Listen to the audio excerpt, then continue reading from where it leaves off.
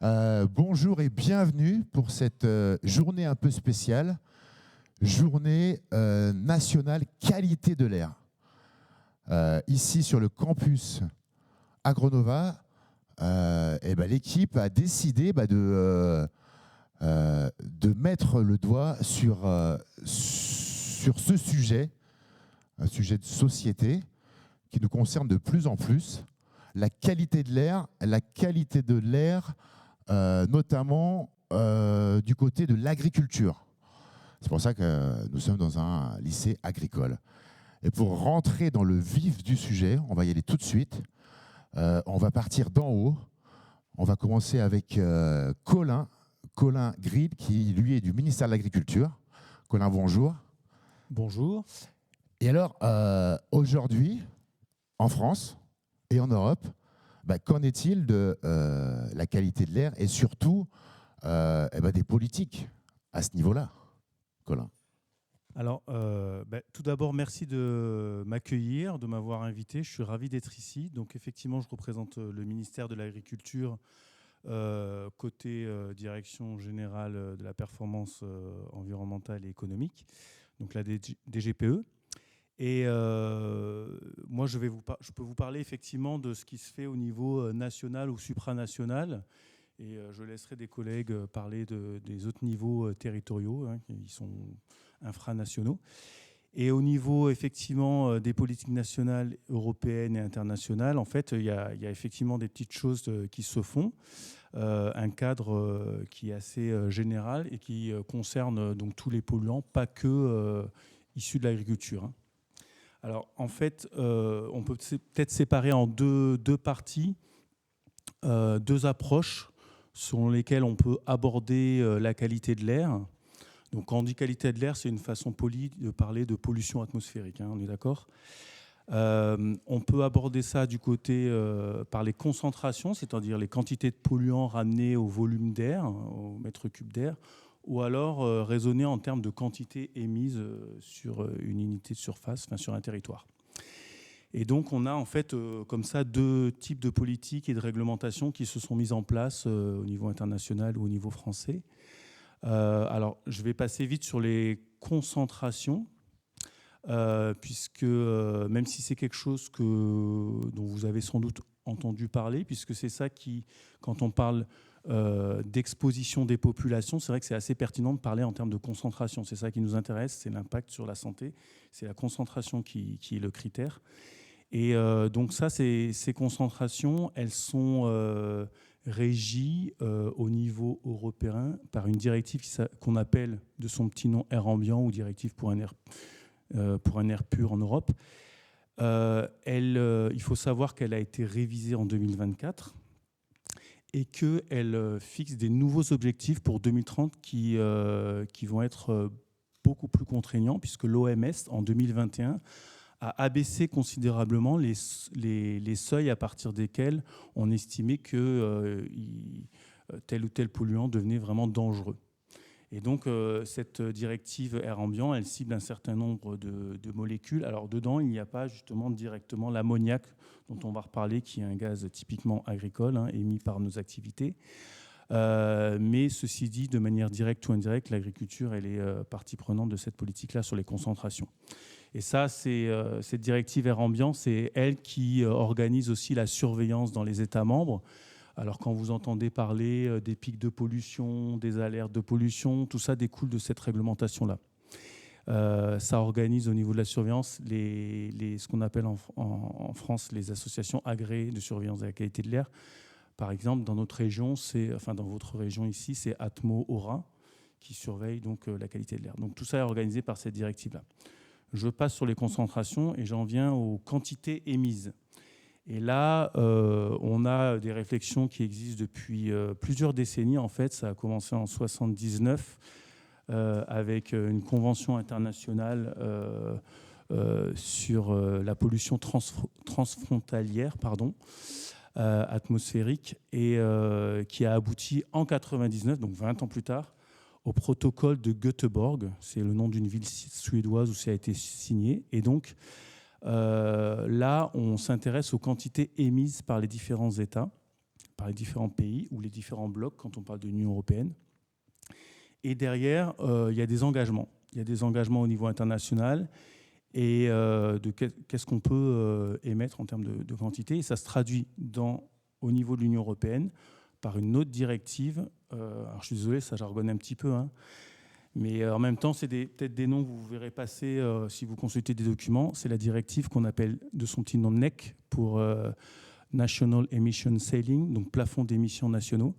Et elle est très importante parce que, en fait, elle dit pour chaque État membre de l'Union européenne, pour 5 familles de molécules, vous devez atteindre tel objectif à 2020, à 2030 de quantité émise. Ce ne sont pas les mêmes objectifs pour tous les pays. Alors voilà, chaque pays a des objectifs différents. Par exemple, si on s'intéresse à l'ammoniac, puisque l'ammoniac est un des 5 gaz, et l'ammoniac, ça nous concerne, puisque c'est principalement d'origine agricole, on en reparlera. Pour l'ammoniac, la France a un objectif en 2030 de réduction de 13% par rapport à l'année 2015 de référence. Voilà. Donc c'est des objectifs qui sont nationaux, effectivement, par gaz. Et si on ne les atteint pas, là, comme c'est une directive européenne, si on les atteint, pour l'instant, on les atteint, d'accord ?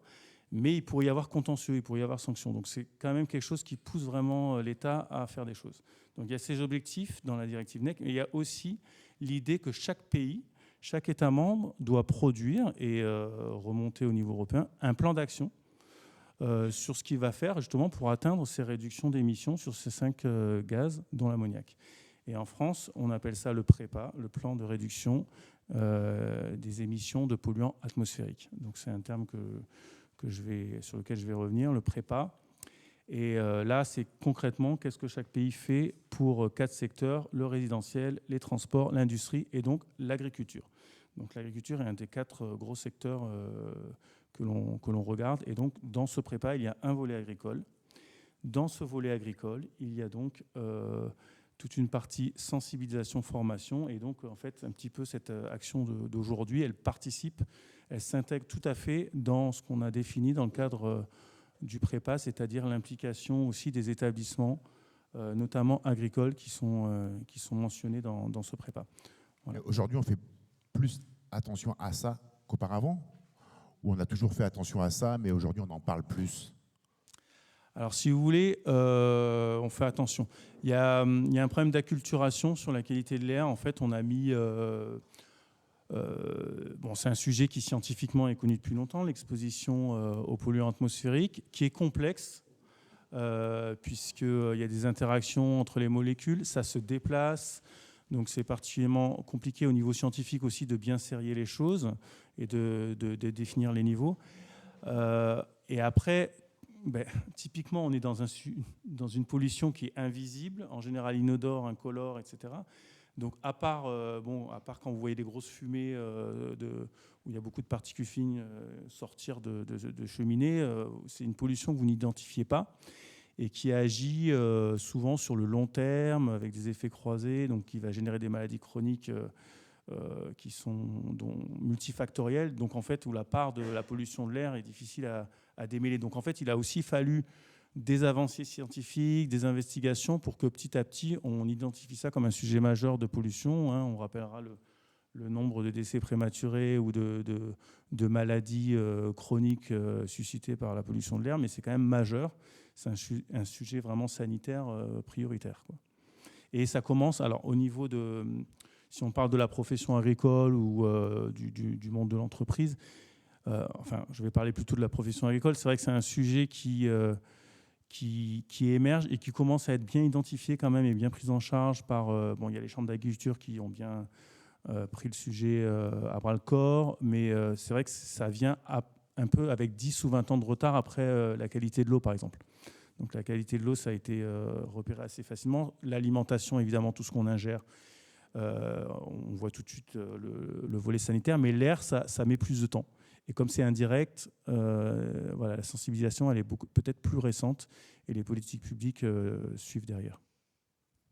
Ça me permet peut-être de poser la question à Mathieu Gélier. Là, on va en venir directement à l'enseignement agricole peut-être et à la région. Alors, qu'en est-il aujourd'hui de cette thématique-là dans l'enseignement agricole?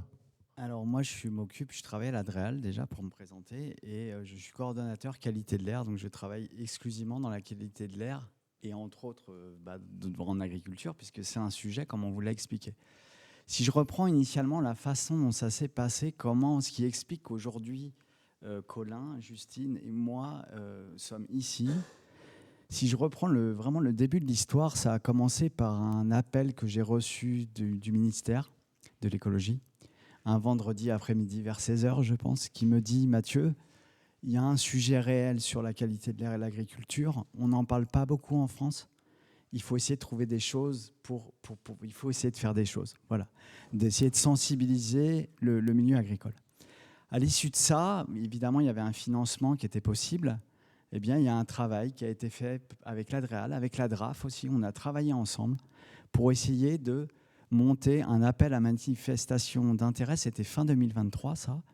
Et notre idée, on a hésité au départ entre se diriger plus vers les chambres d'agriculture. Et finalement, on a souhaité vraiment se diriger vers les établissements d'enseignement agricole en se disant, quand même, les futurs jeunes agriculteurs, il faut qu'ils aient connaissance de cette problématique. Donc ça nous semblait extrêmement pertinent d'essayer de toucher ces jeunes futurs agriculteurs, qu'ils sachent qu'en fonction des pratiques, eh bien, il peut y avoir des conséquences sur la qualité de l'air. Voilà. Qu'ils aient au moins connaissance du problème. Et il y a des solutions qui existent. Qu'ils ne sont pas suffisamment informés ou qu'ils ne s'en rendent peut-être pas forcément compte. Disons qu'on se dit qu'il faut qu'ils le sachent, et pour le savoir, entre guillemets, nous, la façon, on se dit, ce n'est pas nous directement qui pouvons le faire, ce sont les enseignants qui travaillent dans les établissements d'enseignement agricole, qui peuvent éventuellement en parler en mettant en place des projets en direction de leurs élèves. Donc, initialement, ça a commencé comme ça, par ce coup de téléphone du vendredi après-midi. Et ensuite, on a travaillé avec la DRAF pour mettre en place cet appel à manifestation d'intérêt. Et il y a effectivement des lauréats de cet appel à manifestation d'intérêt. Il y a 5 établissements de la région, dont le campus Agronova, qu'on remercie d'ailleurs parce que je pense que le travail qu'ils font aujourd'hui avec les autres établissements, ça nous paraît vraiment important. Il n'y a pas beaucoup de régions où on est aussi actif dans l'agriculture, où on essaie de faire des choses. Voilà, donc ça a donné naissance au projet qu'on appelle EPLR. Et ce projet EPLR, que Guillaume est le chef de projet, Guillaume Leclerc, de ce projet EPLR, eh bien, on essaie de le faire vivre. Initialement, il fallait réaliser un diagnostic sur les pratiques agricoles en termes d'émissions d'ammoniac. Donc Colin vous en a parlé, on est sur des émissions qui sont importantes pour la qualité de l'air. Alors pourquoi elles sont importantes ? En réalité, cet ammoniac, lorsqu'il se dégage dans l'air, il peut réagir dans l'air avec d'autres molécules et il va finir par former ce qu'on appelle des particules fines. Et les particules fines, c'est plus de 80% des pics de pollution en région. Et c'est évidemment un enjeu aussi de santé publique. Si je prends des références, il y a Santé publique France qui a en 2025 sorti une étude qui montrait sur la région, si on respectait les seuils de l'OMS, on n'y est pas encore. La directive européenne va faire en sorte qu'on se dirige vers ces seuils, mais ce n'est pas encore des seuils qu'on atteint. Et en fait, si on les atteignait, ils ont pu, avec ce qu'on appelle des évaluations quantitatives des impacts sanitaires, donc c'est vraiment une méthodologie qui est extrêmement rigoureuse, scientifique, ils ont réussi à montrer que dans la région, par exemple, on pouvait éviter 350 cancers du poumon en 3 ans si on respectait les seuils de l'OMS. Il y a aussi toutes les pathologies de l'asthme chez l'enfant, c'est plus de 3000 qui sont dues au fait qu'on ne respecte pas ces seuils OMS. Donc quand on parle de qualité de l'air, on parle de santé publique, et quand on parle de santé publique, on parle de tout le monde. Voilà. Donc c'est d'où l'intérêt d'essayer de faire en sorte qu'on s'améliore dans tous les secteurs où on peut le faire. Moi, dans mon travail, souvent, je travaille sur les sujets de mobilité. Oui, alors c'est facile à comprendre que quand on circule avec une voiture qui est avec un moteur thermique ou des choses comme ça, qu'on pollue l'air, on arrive à le comprendre. Quand on parle d'industrie, on voit des cheminées qui fument, on se dit qu'il n'y a pas que de la vapeur d'eau qui s'échappe. On peut arriver à le comprendre. Le résidentiel, c'est pareil, le chauffage au bois, on sait que si on a des foyers ouverts, eh bien, ça pollue énormément l'air, que si on met un foyer fermé, on va réussir à limiter cette pollution. Et en agriculture, c'est un petit peu nouveau pour nous qui travaillons dans la qualité de l'air, et on a vraiment un fort intérêt, tous ensemble, à faire en sorte qu'on améliore les pratiques dans l'agriculture en parlant, comme le disait Colin, d'émissions d'ammoniac. Il n'y a pas que l'ammoniac, et je crois que Justine vous en parlera dans sa présentation, puisqu'en fait, quand on prend soin de l'air que nous respirons dans l'agriculture, on prend soin aussi des rendements agricoles qu'on peut avoir, puisque la pollution atmosphérique peut avoir des conséquences sur les rendements des cultures agricoles. Donc je ne vais pas insister là-dessus parce que je crois que Justine en parlera juste après moi. Mais voilà, donc parler de la qualité de l'air, c'est de la santé publique et ça nous concerne tous. C'est vraiment un message que je voulais vous envoyer aujourd'hui. Et je suis par ailleurs très content aujourd'hui d'être ici pour parler de qualité de l'air dans l'agriculture. On a tout à faire. Et c'est quoi exactement le projet EPLR? Alors EPLR... Ça fait 2 ans que ça existe. Exactement. Alors, le projet EPLR, ça a commencé initialement, l'appel à manifestation d'intérêt. On souhaitait qu'il y ait un diagnostic qui soit fait sur les pratiques agricoles. Ce diagnostic, il a été fait au niveau du campus Agronova sur une section particulière de vaches laitières, etc. Donc, ça reste un diagnostic qui est rattaché à l'établissement, qu'on pourrait éventuellement élargir sur d'autres élevages, par exemple. Il y a une sensibilisation forte qui est faite par Guillaume. Il a parlé tout à l'heure, Colin, des prépas, plan de réduction des émissions des polluants atmosphériques. Nous, en région, en fait, on a des PPA, plans de protection de l'atmosphère. Eh bien, ces plans de protection de l'atmosphère, quand on travaille en agriculture, on essaie de sensibiliser dans la chambre d'agriculture. Et il n'est pas rare que dans les groupes de travail, Guillaume Leclerc soit invité pour qu'il parle justement de ce qui se passe dans les établissements d'enseignement agricole. C'est la 2e année qu'il y a un événement autour de la JNQA, autour de la qualité de l'air, donc organisé par Guillaume, et je le remercie d'ailleurs pour ça, pour son investissement là-dessus. Et donc le projet EPLR, il vit. J'ai reconnu quelques têtes d'ailleurs. On a essayé d'organiser dans l'année une journée de formation avec l'association SERA en direction des enseignants. Donc une journée qui s'est passée, je ne pourrais plus vous dire où, parce que je ne sais plus, ce n'était pas ici. Et en fait, on essaie de sensibiliser les élèves, les enseignants aussi. On parlait, par exemple, d'associations comme SERA qui est très compétente pour faire ce type de travail. Donc le projet EPLR va continuer. On espère juste aujourd'hui qu'il y a ce travail de sensibilisation qui a été fait, que les équipes enseignants puissent éventuellement s'emparer de cette problématique pour faire des projets avec leurs élèves et vraiment leur parler de la qualité de l'air. C'est vraiment pour nous important que ça soit fait. Pour l'instant, c'est beaucoup de sensibilisation, pas encore vraiment d'action, c'est ça? Alors, des actions, on en a mené dans la région, mais alors, ça ne concernait pas les établissements d'enseignement agricole directement. On était plus en direction des exploitants, enfin des gens qui travaillent dans l'agriculture. Je me rappelle d'un appel à projet qu'on avait lancé en 2023 avec l'aide de l'ADEME, où on cherchait à sensibiliser les agriculteurs, donc avec un appel à projet pour limiter les émissions d'ammoniac, avec des couvertures de fosses qui ont été financées par l'ADEME, avec des choses comme ça. Donc voilà, là, on change un petit peu, on s'écarte un petit peu en termes de public. On était vraiment en direction avec les chambres d'agriculture et les agriculteurs qui sont en activité. Mais voilà, donc on essaie de sensibiliser à chaque fois qu'on peut, de tous les côtés. Et là, aujourd'hui, sur ce projet EPLR, on est vraiment sur l'enseignement agricole et ce qu'on peut mettre en place en termes de pédagogie en direction des élèves. Okay, merci. Donc on n'arrête pas de parler de l'ADEME depuis tout à l'heure. Donc Justine Ponviane, vous êtes à l'ADEME. Alors qu'est-ce que l'ADEME ? Quel est le rôle de l'ADEME et que pouvez-vous nous dire, vous, par rapport à la qualité de l'air vis-à-vis de l'ADEME? Bonjour à tous déjà. Donc, je suis Justine Ponviane, je suis référente qualité de l'air pour la direction Auvergne-Rhône-Alpes de l'ADEME. Donc, je m'occupe de tous les sujets qualité de l'air sur la région.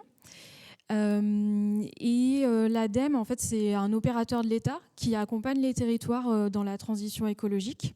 On vous accompagne à la fois en apportant au territoire de l'expertise, mais également en apportant des financements. C'est beaucoup pour ça qu'on nous connaît. Donc, l'ADEME, c'est l'Agence de l'environnement et de la maîtrise de l'énergie. C'est ça, ouais. Oui, alors on a changé de nom, on a gardé l'acronyme ADEME, mais c'est l'Agence de la transition écologique. Ok. Voilà. Donc sur la qualité de l'air, on travaille à apporter une expertise donc, qui est plutôt au niveau du siège, avec des études, des choses pour des retours d'expérience. Et puis en direction régionale, c'est plutôt un accompagnement en termes d'animation, de mise en lien et d'apport d'expertise et de financement aussi pour les entreprises, les agriculteurs, les lycées agricoles et aussi les collectivités qui veulent travailler sur ce sujet. Vous êtes vraiment missionné sur la qualité de l'air. Oui, voilà. Tout à fait. Et il y a d'autres, au niveau de l'ADEME, il y a donc d'autres personnes qui travaillent sur d'autres secteurs. Oui, il y a des personnes qui travaillent sur la transition énergétique, d'autres sur les déchets, l'économie circulaire. On a un champ d'intervention assez large sur tous les champs de l'écologie. Et ça fait longtemps que l'ADEME s'intéresse à la qualité de l'air. Ça fait quelques années, notamment depuis 2019, où on avait été missionné très particulièrement par le ministère de l'Environnement sur ce sujet, parce qu'il y avait beaucoup de territoires qui étaient en contentieux et qui dépassaient en fait les normes imposées de concentration par l'Europe. Et donc, on n'était pas dans les clous de la réglementation. Et donc, on a accompagné les territoires, donc notamment les territoires en plan de protection de l'atmosphère, pour mettre en place des actions qui permettent de réduire la pollution. Vous vouliez peut-être nous montrer certaines choses. Je vais prendre peut-être la télécommande. C'est ça. On va voir si ça fonctionne. Ouais. Donc aujourd'hui, je vais reprendre un petit peu avec vous les enjeux de la qualité de l'air dans le milieu de l'agriculture. Donc déjà, juste pour reprendre les bases, parce qu'il y a beaucoup de confusion, on parle beaucoup du changement climatique et beaucoup moins de la pollution de l'air, et il y a parfois des confusions. Les gaz à effet de serre sont des gaz qui ont un effet mondial sur le changement climatique et l'augmentation des températures. Et par contre, les polluants de l'air, eux, ils ont un impact plutôt local sur la santé humaine, mais aussi la santé des autres organismes, des plantes, des animaux. Ça, c'est pour quand on l'explique simplement, mais bien évidemment, c'est pas aussi simple. On a des polluants qui sont aussi des gaz à effet de serre, comme l'ozone. Et puis, on a des gaz à effet de serre qui vont favoriser l'apparition de polluants. C'est le cas du CH4. Donc, une fois qu'on a dit ça... méthane, oui. Et donc, comme le rappelait Colin, donc, sur la qualité de l'air, on parle de deux choses distinctes. Des concentrations dans l'air. Donc, c'est le nombre de polluants qu'il y a dans un volume d'air et qu'on respire et qui nous entoure. Et les émissions, c'est les émissions qui sont... c'est ce qui est produit par soit des activités humaines, mais aussi de manière complètement naturelle. On va avoir les arbres qui produisent des coves, des composés organiques volatiles qui sont aussi des polluants. Donc il y a différents types de polluants. Tous ne sont pas réglementés comme l'a rappelé Colin. Et donc il y a plusieurs activités qui produisent des polluants, activités humaines, donc l'agriculture, l'industrie, le chauffage. Ce qu'il faut savoir aussi, c'est qu'il y a des polluants primaires, donc qui sont émis par une source, et puis des polluants secondaires, en fait, qui vont se former dans l'atmosphère par, on va dire, des phénomènes chimiques dans l'atmosphère, soit de combinaison de plusieurs polluants, soit par aussi des effets météorologiques, notamment un fort ensoleillement va favoriser l'apparition d'ozone dans l'air. Et donc ce qu'il faut savoir, c'est que l'agriculture émet donc surtout de l'ammoniac, comme on l'a évoqué. C'est 94% des émissions d'ammoniac qui proviennent du secteur agricole. Il y a aussi d'autres émissions, mais qui sont en moindre proportion par rapport à d'autres activités. On a des émissions de particules, de coves, mais qui sont un petit peu moins importantes.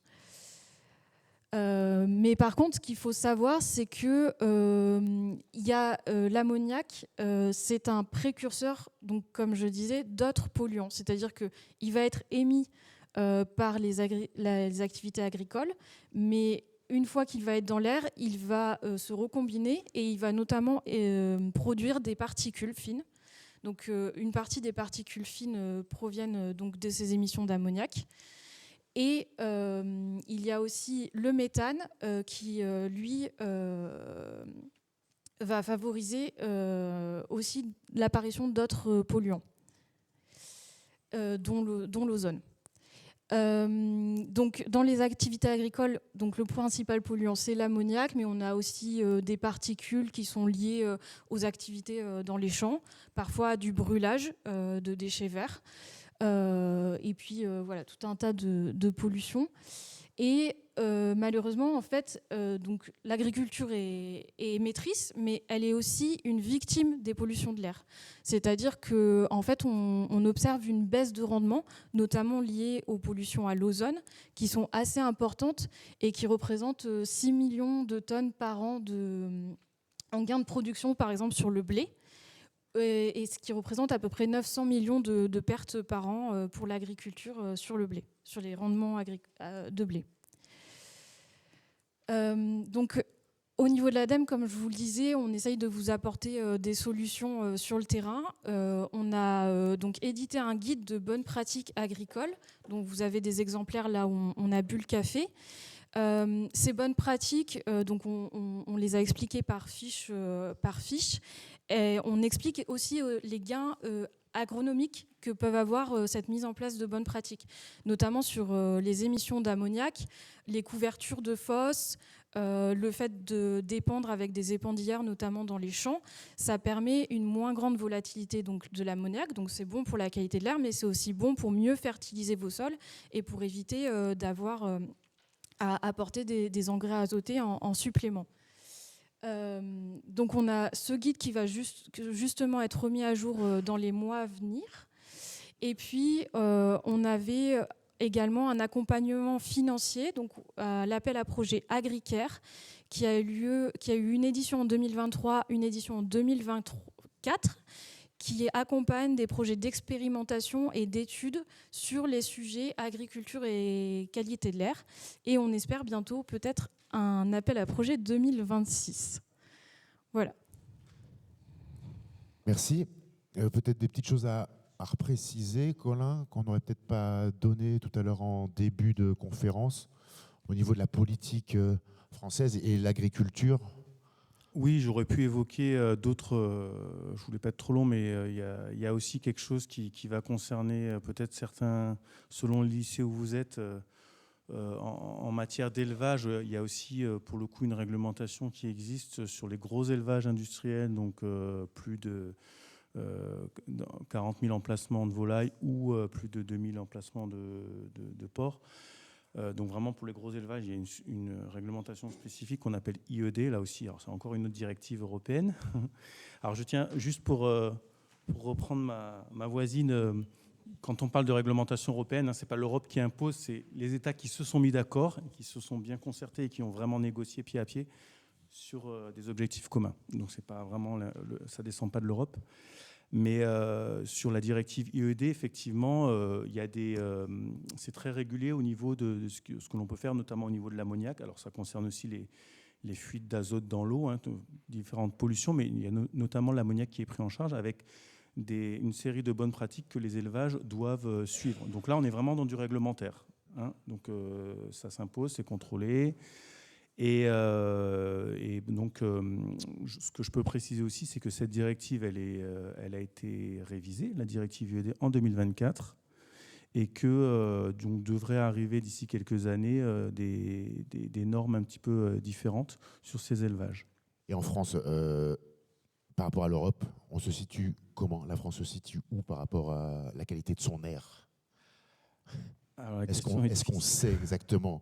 Après, c'est pas national, c'est aussi en fonction du territoire, c'est régional, c'est départemental, c'est au-dessus du campus. Là. Est-ce que l'air est bon? j'ai pas les chiffres en tête, mais si on parle d'agriculture, nous, on a un atout en France. Je vais parler sur l'élevage bovin. Donc là, encore sur ces histoires d'ammoniac, parce que ce qu'on n'a pas précisé, on parle d'ammoniac. Donc c'est issu soit des fertilisants minéraux qui sont censés apporter de l'azote, il y a une partie de l'azote qui volatilise, soit les excrétions des animaux.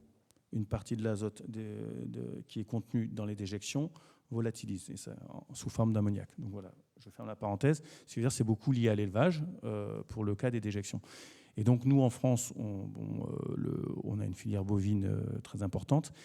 Par contre, par rapport à d'autres pays, elle est plus extensive quand même, donc beaucoup plus de pâturage. Et en fait, le pâturage des animaux est une des façons de diminuer. Alors, dans le jargon, on dit abattre les émissions, d'abattre les émissions d'ammoniac.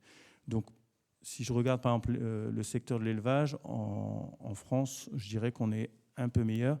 Après, on est dans des problématiques similaires en Bretagne ou dans certaines régions qui sont plus intensives. On va avoir des pollutions similaires à ce qu'on peut retrouver en Allemagne ou en Belgique, par exemple, ou aux Pays-Bas.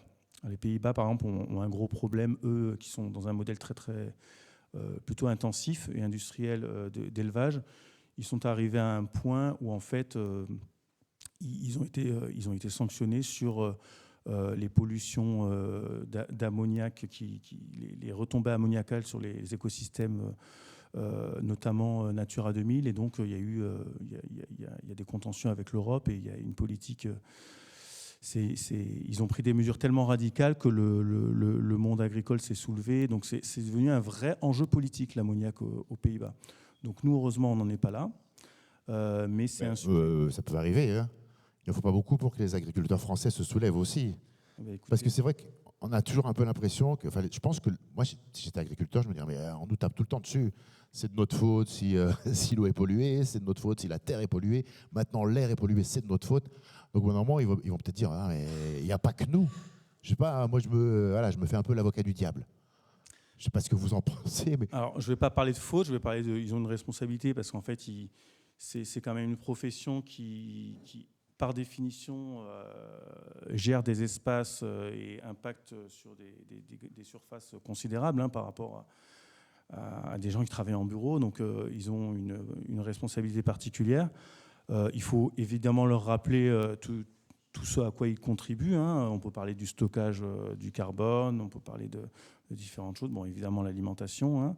Donc, il ne faut pas effectivement il faut pas les diaboliser. Il faut faire beaucoup de sensibilisation, d'accompagnement.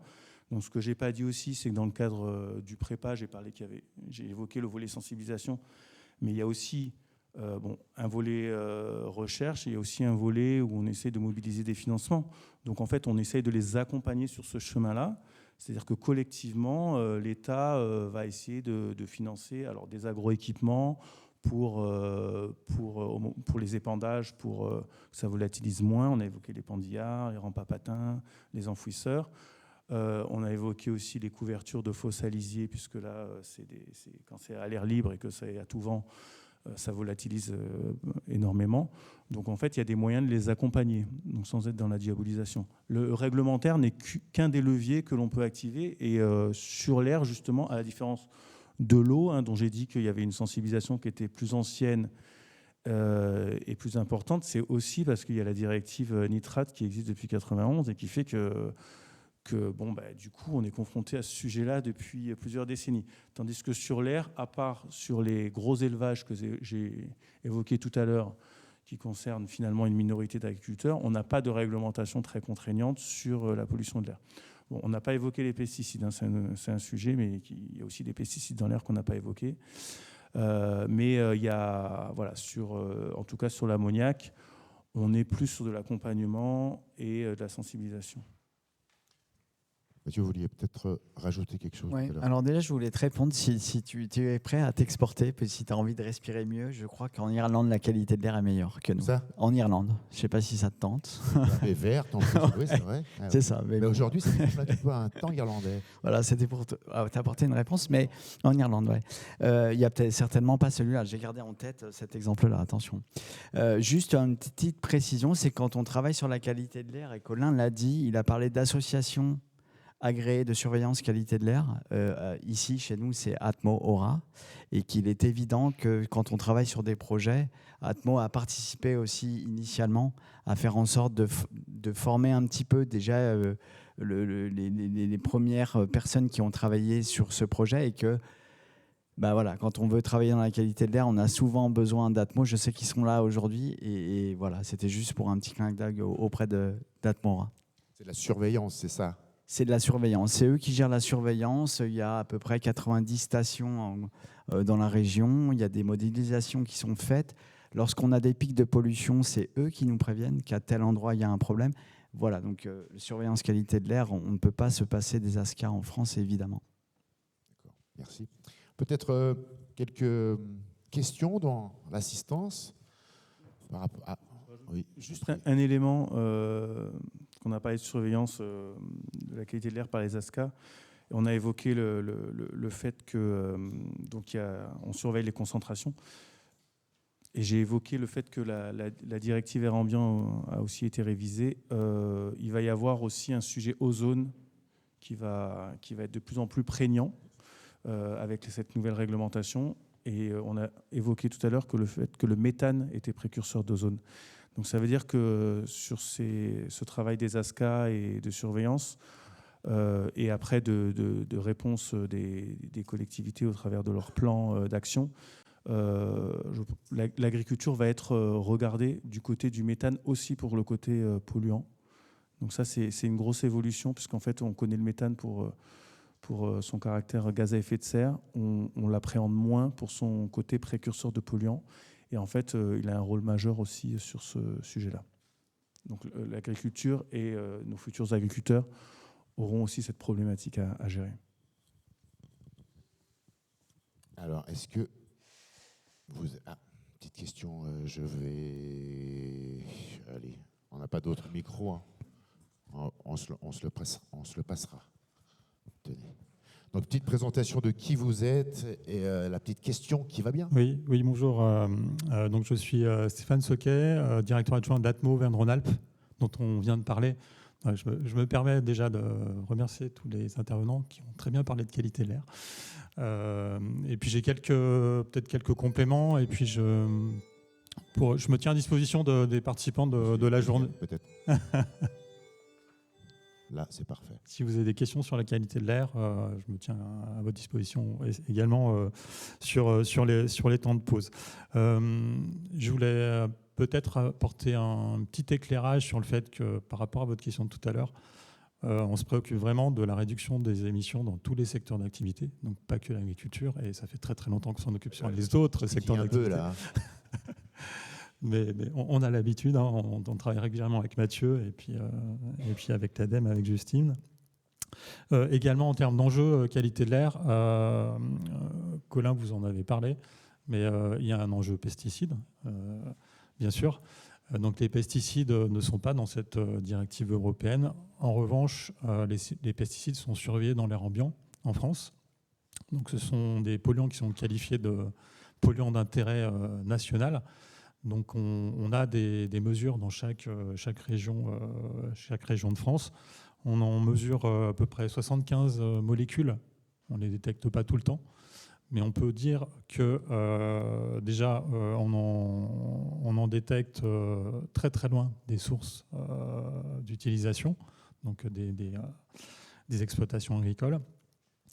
Et que les agriculteurs sont les plus impactés en termes de sanitaire, ce sont les personnes les plus exposées à ces molécules-là. Et donc il y a un vrai enjeu à travailler sur les bonnes pratiques, à réduire les usages. Et donc notamment, c'est l'objectif du plan Ecophyto 2030 sur lequel on travaille aussi. Donc ça, c'est quand même important de le préciser. Ecophyto 2030, on y est bientôt là. On y est bientôt, Donc, bien sûr. Oui. Alors, on en est où alors, on en est où donc, on en est à un niveau pas encore suffisant en termes de réduction, c'est ce qu'on peut dire. Par contre, il y a un vrai enjeu sanitaire pour lequel il faut vraiment travailler. Je ne sais pas si vous avez noté dans les actualités ces derniers jours, il y a une étude de l'ANSES Santé publique France qui est sortie qui s'appelle PestiRIV, qui donne des informations très importantes qu'on connaissait pour une partie, mais qui viennent vraiment confirmer l'impact des populations aux abords des exploitations viticoles. Donc c'est valable aussi pour d'autres cultures de toute façon. Donc avec des chiffres sur l'exposition à la fois des populations aux abords et plus éloignées. Donc il y a des relations avec la distance et aussi avec les périodes de traitement. Quand on capte des pesticides dans l'air, alors ils peuvent voyager sur de très grandes distances, mais également on a vraiment un profil des cultures avoisinantes, par exemple. Donc on sait qu'on est, plus on est proche d'une zone cultivée, plus on est exposé. Voilà. Il n'y a pas de seuil en fait sur ces molécules-là, donc c'est très difficile en fait de faire un lien avec la santé. Par contre, ça reste un enjeu quand même très très important côté agriculture. Et donc cet après-midi, si vous avez l'occasion de participer à certains ateliers, on a un projet avec Agronova qui s'appelle Air Fitness, et donc on travaille sur la sensibilisation des apprenants vis-à-vis de ces molécules pesticides. Voilà. Merci. Est-ce que je peux rebondir ? Oui, bien sûr. Juste en complément, effectivement, donc pesticides, gros sujet. Pour la qualité de l'air, la qualité de l'eau et des sols, de l'alimentation, et qui concerne évidemment l'agriculture par définition. Vous l'avez précisé, il n'y a pas de seuil sur les pesticides en fait. Donc c'est vrai que là je vous ai parlé tout à l'heure de directives, de réglementation. En fait, il faut faire le distinguo entre les polluants réglementés et le reste. C'est-à-dire qu'il y a toute une partie des polluants qui ne sont pas réglementés. C'est-à-dire que on les surveille effectivement, mais derrière il n'y a pas de seuil défini officiellement pour dire à partir de tel seuil c'est dangereux. Voilà, donc on ne fait que constater. Et dans le prépa justement, on avait inscrit. Alors je précise que le prépa français, on a intégré une petite partie sur les produits phytopharmaceutiques, les pesticides, qui n'étaient pas demandés par l'Europe, mais on a mis un petit chapitre. Et on avait justement mis l'idée de se pencher sur les valeurs toxicologiques de référence, donc à partir de quand on pouvait considérer que c'est dangereux. Et donc il y a une saisine de l'ANSES qui a eu lieu, qui est en cours, ça prend plusieurs années, mais qui réfléchit à ce sujet de mettre des seuils. Mais voilà, à ce stade, on n'a pas de réglementation. Et donc, effectivement, on a un dispositif de surveillance qui est relativement récent. Je crois qu'il y a 18 points partout en France, pour la France entière. Donc, c'est vraiment pas beaucoup. On n'est pas sur, on ne peut pas faire une carto avec des gradients de densité de pesticides, mais juste des points pour la pollution de fond, on appelle ça. Ça, il est possible que dans Ecophyto 2030, on puisse le renforcer un petit peu. Donc, il y a des réflexions là-dessus. Mais c'est vrai qu'on est loin de la densité de réseau qu'on peut avoir pour les gaz réglementés, où là, par région, vous avez plusieurs dizaines de capteurs qui vont pouvoir vous donner un maillage assez fin du territoire. Merci. Des remarques avant qu'on enchaîne avec d'autres personnes, d'autres intervenants, intervenantes. Une petite remarque là-bas, au fond. C'est mieux avec. Bonjour. Donc Jérémy Farier, je suis formateur en zootechnie au CFPPA de Marmilla. Je me posais une question qui est liée aux solutions qui ont été un petit peu brièvement évoquées, puis qu'on a pu voir dans les documents qui sont remis. Parce que finalement, c'est ce qu'on nous demande, nous, en tant que formateurs, enfin ce qu'on nous demande, mais ce qu'on a aussi envie de porter en tant que formateur, c'est aussi effectivement les questions d'agroécologie. Et du coup, la question que je me pose, c'est comment on peut porter les sujets qui sont évoqués aujourd'hui auprès du public et surtout dans nos formations, en sachant que et là, pardon, je vais faire un peu de politique, mais c'est un sujet un peu politique finalement, en sachant que la ministre de l'Agriculture, elle a quand même soutenu la loi Duplon, qui assouplit la mise en place d'élevage industriel. Et les élevages industriels, ils sont un peu finalement aux antipodes des solutions qui peuvent exister pour justement limiter, sinon lutter contre la mauvaise qualité de l'air. Et ça a été évoqué tout à l'heure un petit peu par monsieur, je crois. Voilà. Donc c'est comment on peut un petit peu concilier ce truc-là, sachant que vous avez évoqué tout à l'heure aussi quand vous avez rebondi en disant vous avez pris la posture d'éleveur. Ce qui est quand même une chose. La hauteur. Voilà. On prend de la hauteur, on regarde. Ce qui est quand même essentiel parce que du coup, on forme les futurs éleveurs. Enfin, je parle de l'élevage parce que je fais de la zootechnie. Moi, je suis aussi issu du milieu agricole, donc c'est une question que je connais assez bien, je pense. Et voilà, le fait de se dire, on a toujours l'impression un peu de taper sur les agriculteurs. Ils sont certainement, comme vous avez dit d'ailleurs très justement, ils sont peut-être responsables. Je ne sais plus comment vous avez tourné la phrase tout à l'heure, mais vous avez dit qu'ils étaient plutôt responsables plutôt que fautifs. Voilà, je ne sais plus comment. Je trouve que c'était aussi important de le. Responsabilité aussi. Mais ils ont beaucoup fait ce qu'on leur avait demandé de faire. Ouais, voilà. Non, mais voilà, non, on est d'accord qu'il y a un truc qui est plus global que dire c'est de la faute d'un tel ou un tel. Mais du coup, il y a un truc qui est un peu à deux vitesses. Enfin, je sais pas comment le définir. Quelle est la question là ? La question, c'est comment on peut, finalement, comment on concilie ou comment on peut porter le message qui est un peu celui du jour auprès de nos futurs éleveurs. Je vais parler des éleveurs, mais c'est les agriculteurs en général. Les autres intervenants, ils vont peut-être répondre à ça. Hein. Je veux bien. Non, la DRAF. Voilà, comment on peut concilier les deux, quoi, parce que finalement, la politique qui a été un peu évoquée, enfin qui a été affichée ces derniers mois, elle n'est pas trop cette tendance. C'est pas trop cette tendance. Aujourd'hui, on ne sait plus trop où on en est, donc on peut faire tout passer aujourd'hui en politique. Hein. Oui, d'accord, mais enfin, la ministre de l'Agriculture, c'est la même depuis un moment. Il faut essayer. Bon, du coup, d'un point de vue discours, c'est pas évident, quoi. Ouais, moi je vais rester sur l'aspect technique. Hein. Je me doute bien, mais ça doit être du funambulisme quand même. Bon, la loi Duplon, l'acétamitride a été évacuée du coup par le Conseil d'État. Ce qui n'empêche qu'effectivement, c'était sans doute porté par notre ministère. Pour les gros élevages, donc, je rappelle, la loi Duplon, en fait, elle facilite un petit peu les procédures pour les autorisations, pour installer un élevage qu'on appelle IED, comme je vous ai dit tout à l'heure, enfin un gros élevage. Je pourrais retourner la chose en disant que justement ces élevages IED, derrière, ils sont très contrôlés, il y a une réglementation qui s'applique. Donc, ils sont certes, ce sont des gros élevages intensifs, mais qui se doivent d'observer un certain nombre de pratiques vertueuses. Voilà. Alors, donc voilà, c'est la réponse que je peux vous donner. Ils sont soumis à... Je comprends qu'on soit sur l'aspect très technique, ça me va, voilà. Ça me va bien d'ailleurs. Il y a un cahier des charges certainement à respecter. Après, si on ne respecte pas, il doit y avoir des amendes. Et après, certains préfèrent payer. Le ministère, peut-être vous allez trouver ça schizophrène, mais le ministère porte, il est partie prenante du prépa également, au travers de ma mission. Il avait établi aussi un plan matériel d'épandage moins émissif qui était vraiment ministère de l'Agriculture il y a quelques années pour justement favoriser les matériels moins émetteurs d'ammoniac.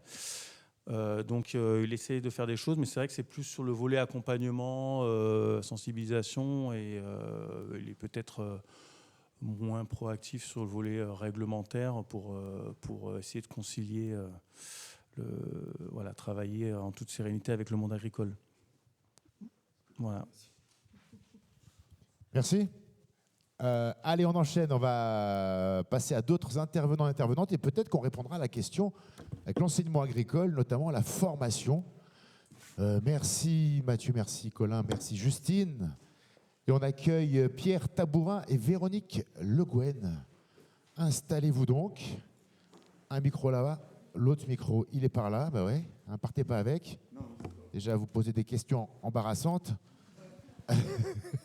Alors...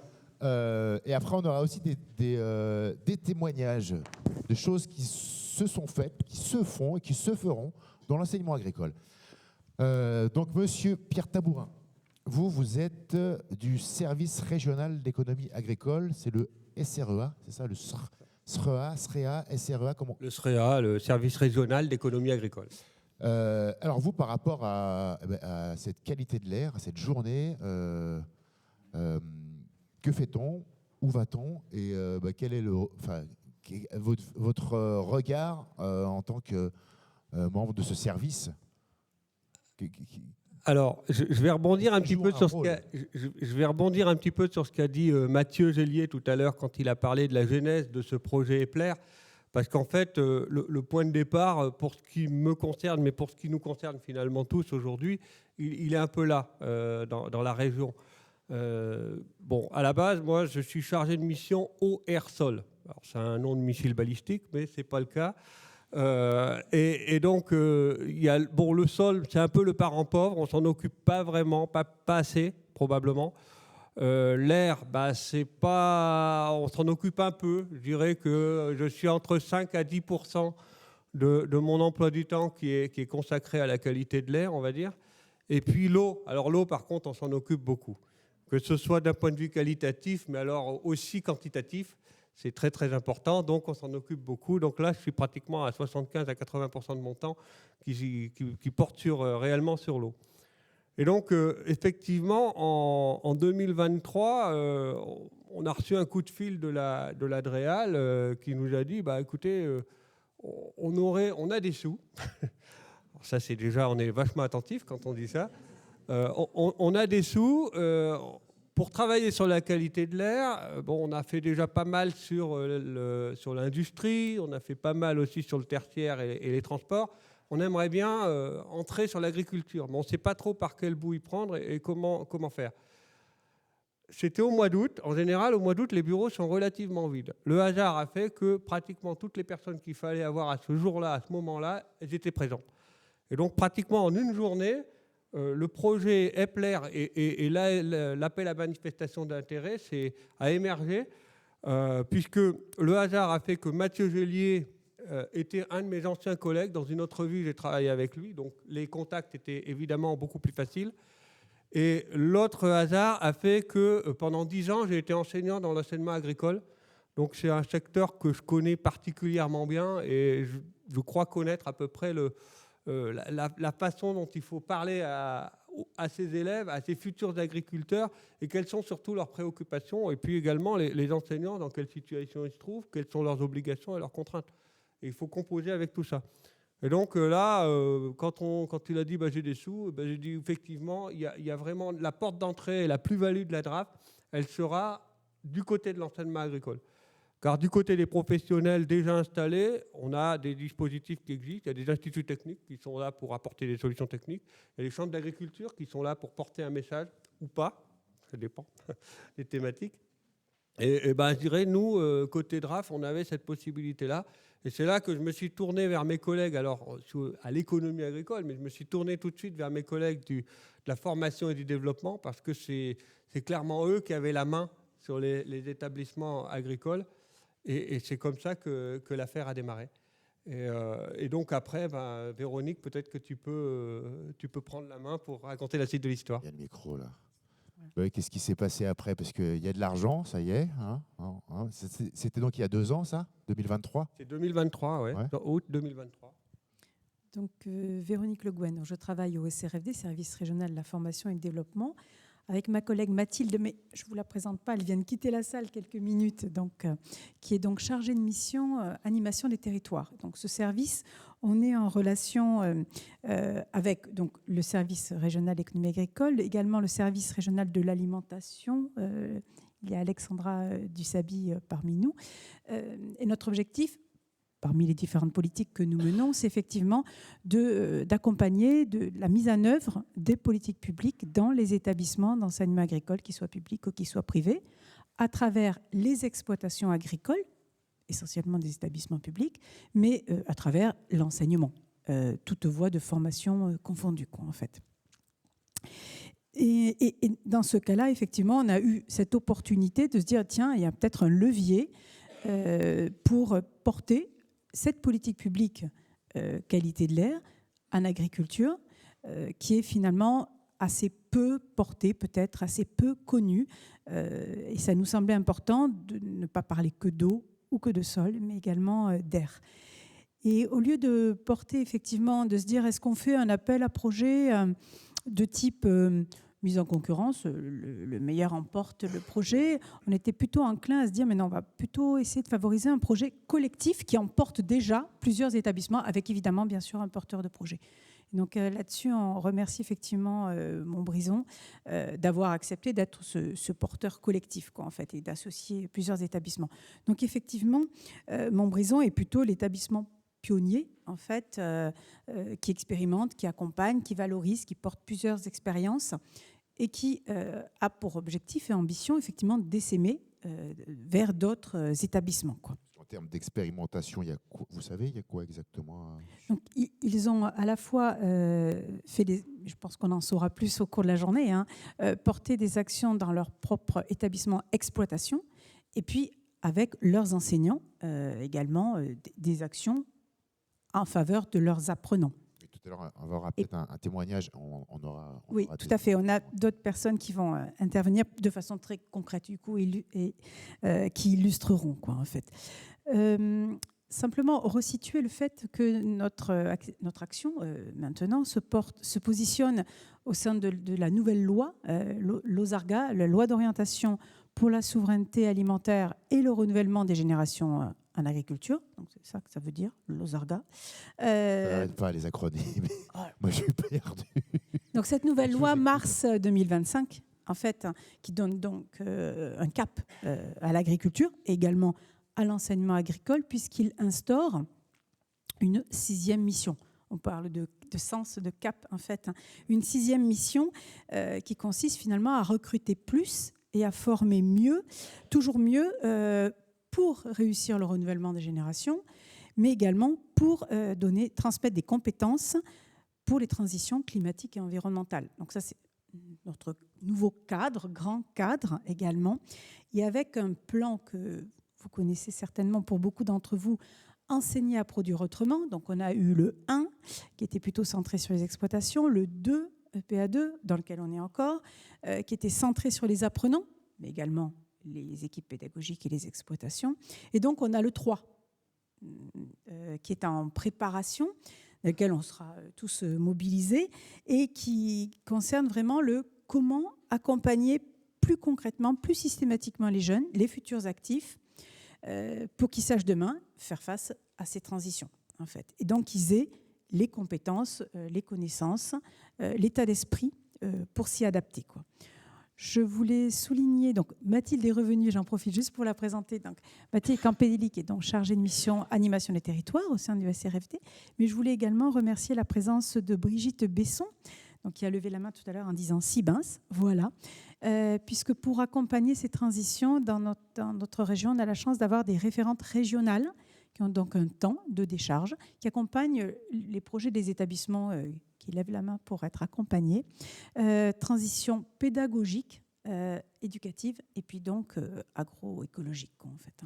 Donc on a un ensemble d'acteurs pour accompagner finalement la mobilisation, la formation, la sensibilisation des enseignants et des formateurs pour former les apprenants, quoi, en fait.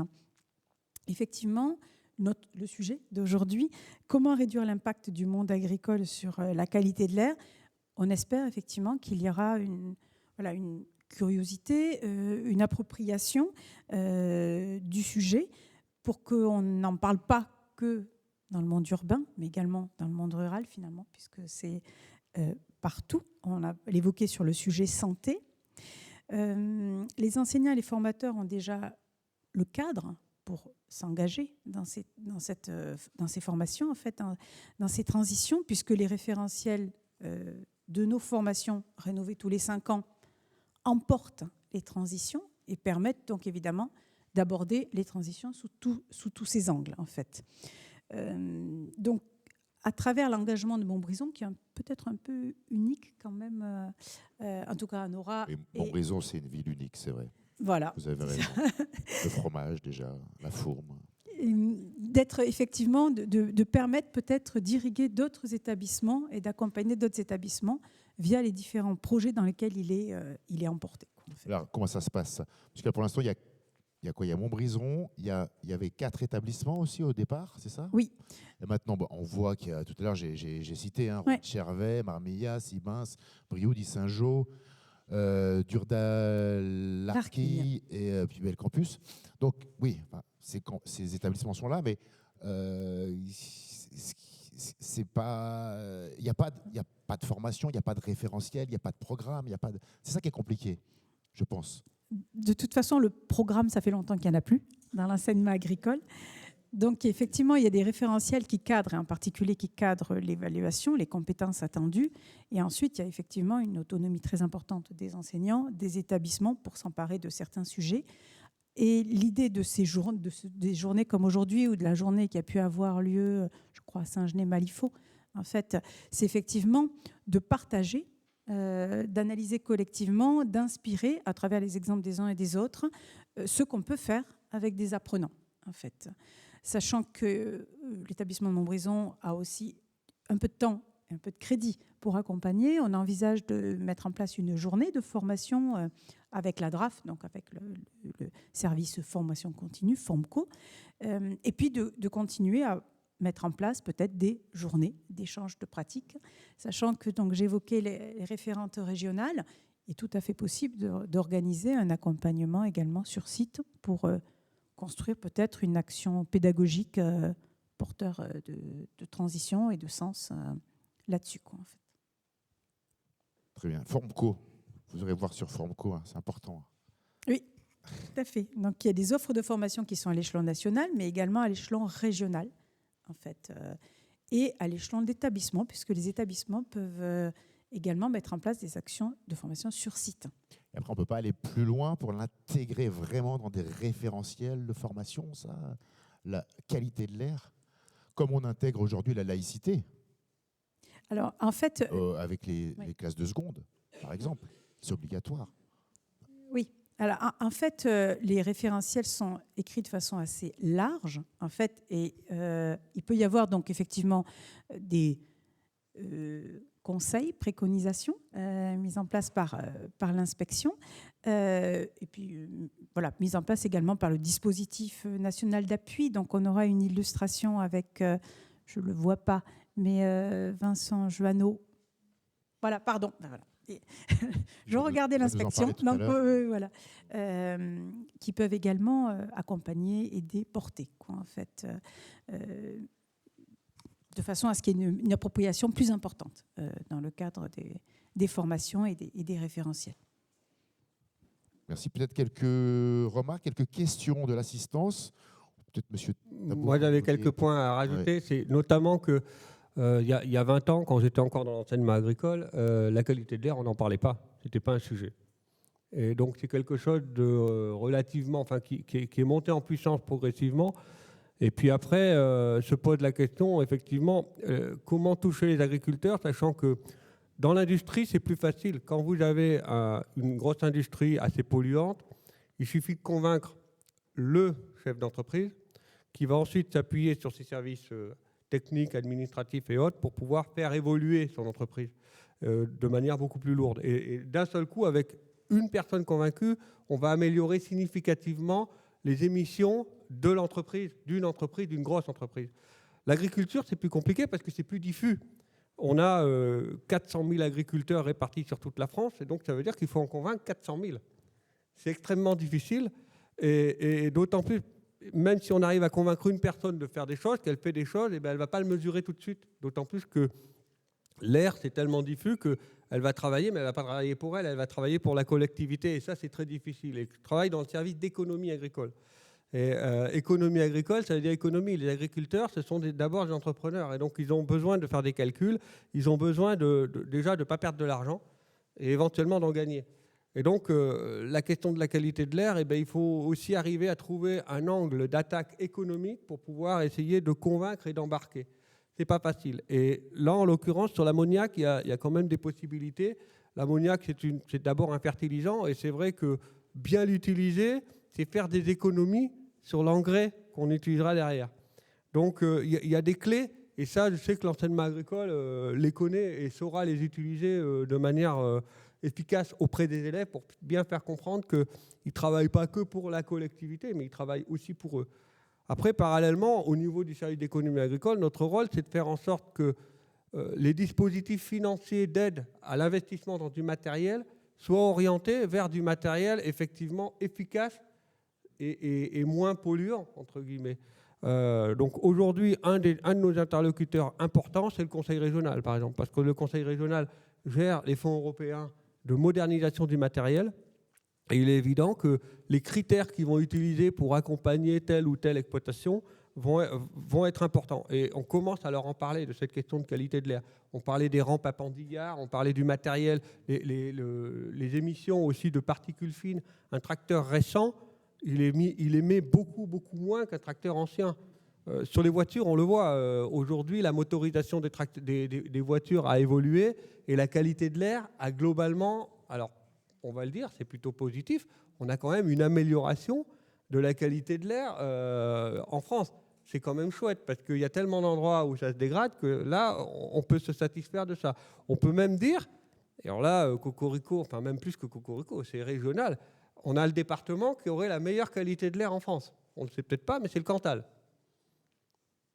Bon, et puis quand on va vers l'Est, ça se dégrade. Quand on va vers l'Est de la région, malheureusement, ça se dégrade, en particulier au niveau du sillon rhodanien. Donc on voit bien que on a des disparités très fortes. Ça va être difficile de parler de la même façon de la qualité de l'air dans le Cantal qu'à des élèves qui sont dans la vallée du Rhône. C'est pas possible. On ne peut pas leur parler de la même chose. C'est pas la même agriculture, c'est pas les mêmes méthodes de production.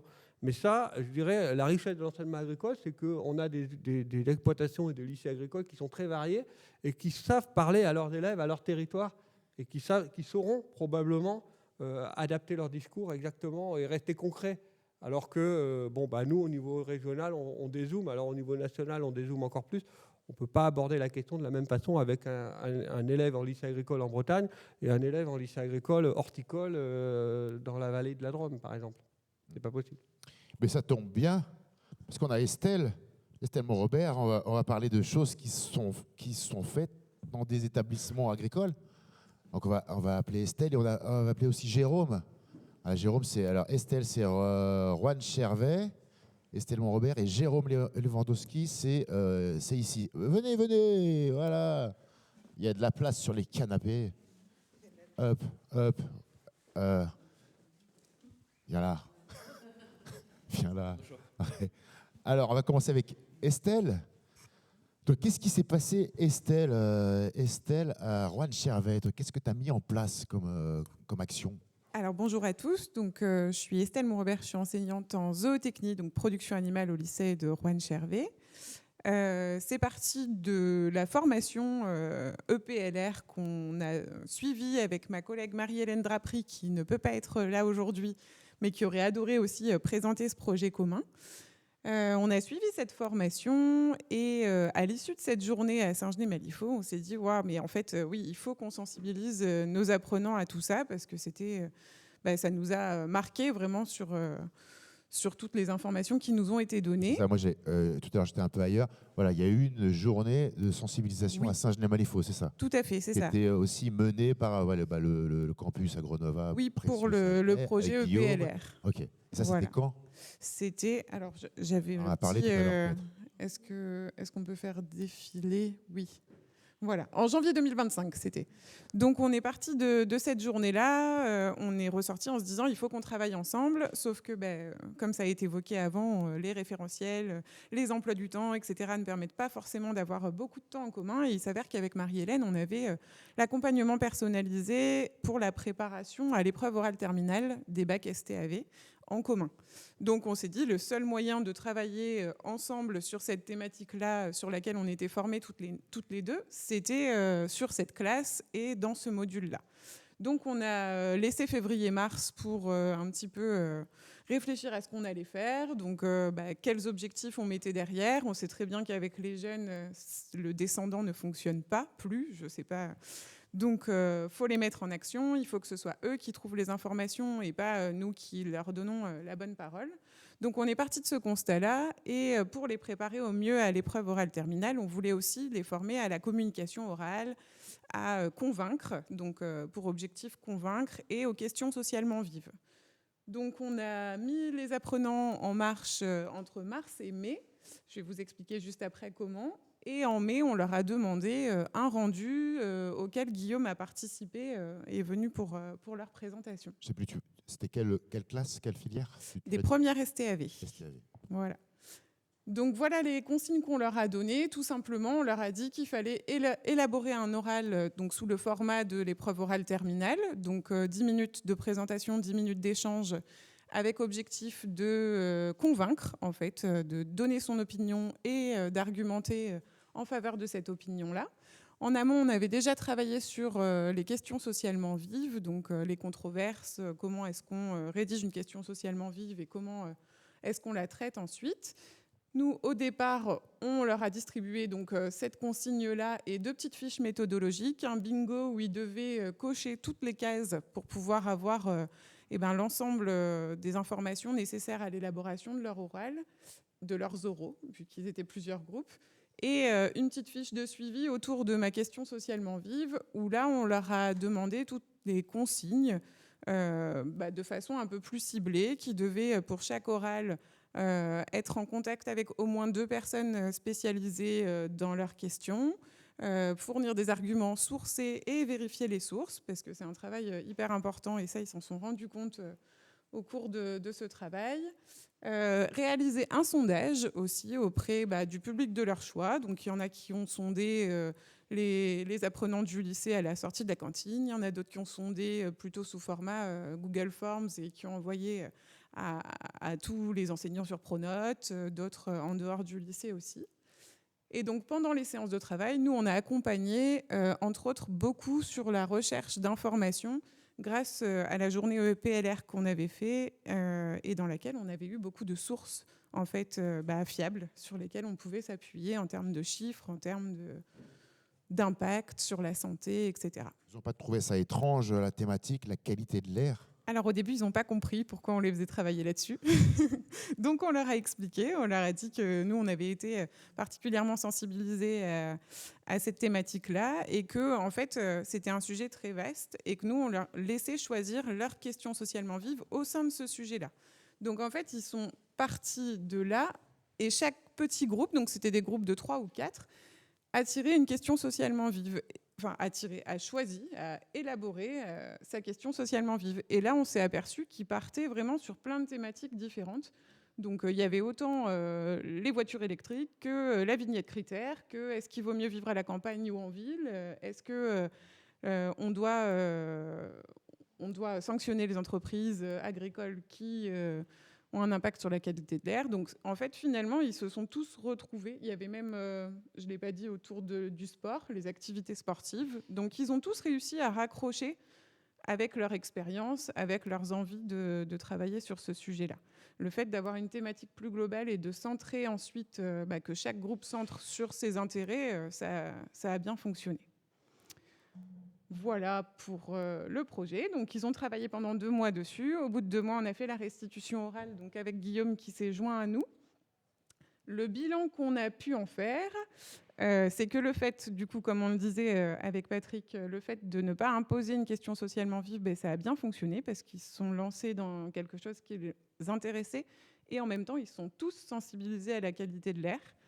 Donc, c'était plutôt chouette. Ils ont grandement amélioré leurs connaissances sur cette thématique-là grâce à toutes les ressources qu'on a pu leur fournir. Ils sont aussi formés parce que, mine de rien, il faut un objectif derrière avec les apprenants. Donc, eux, c'était formés à l'épreuve orale terminale et réussir à avoir un discours convaincant. Leur objectif, c'était vraiment de nous emmener avec eux sur leur opinion. Ça a aussi participé à leur ouverture d'esprit. Par exemple, le groupe qui a travaillé sur est-ce qu'il vaut mieux vivre en ville et à la campagne, ils étaient sûrs qu'il valait mieux vivre à la campagne. Et finalement, quand ils ont fait quelques recherches, ils se sont dit, OK, on n'a pas du tout les mêmes émissions en ville et à la campagne, mais il n'y a pas vraiment de mieux ou de moins bien. Donc ça a fait évoluer leur opinion aussi. Et on était ravis, alors je ne le vois pas là, mais on était ravis d'avoir Guillaume avec nous à la restitution, à leur passage à l'oral, puisque Guillaume a apporté plein de notions supplémentaires et a réussi à faire plein d'apports théoriques, mais pendant les 10 minutes d'échange avec chaque groupe, et c'était vraiment très bénéfique. Voilà ce que je peux vous dire de ce projet. Donc vous avez fait la formation en janvier, mars, avril, comment on va mettre ça en place, et ils ont été évalués au mois de mai, c'est ça? Oui, c'est ça. Ouais. C'est ce qu'on disait tout à l'heure. Dans l'enseignement agricole, les programmes, il y a des programmes, mais il y a aussi une marge, on a une marge de manœuvre, puisque c'était pas inscrit en septembre. Non, ça fait évoluer. On n'avait pas du tout décidé de choisir cette thématique en termes de questions. Après, il faut aussi une équipe qui suive et puis une direction aussi qui suit le projet. Oui, qui est plutôt flex. Voilà, il faut ça pour ce genre de fonctionnement. Merci. Et peut-être des remarques pour Estelle, des petites questions ou autres. Si vous avez envie de faire pareil. Vous savez, vous voyez, hein, vous avez peut-être envie de faire pareil. Là, on est en octobre. Oh, vous avez le temps. C'est en janvier qu'elle a commencé. Oui.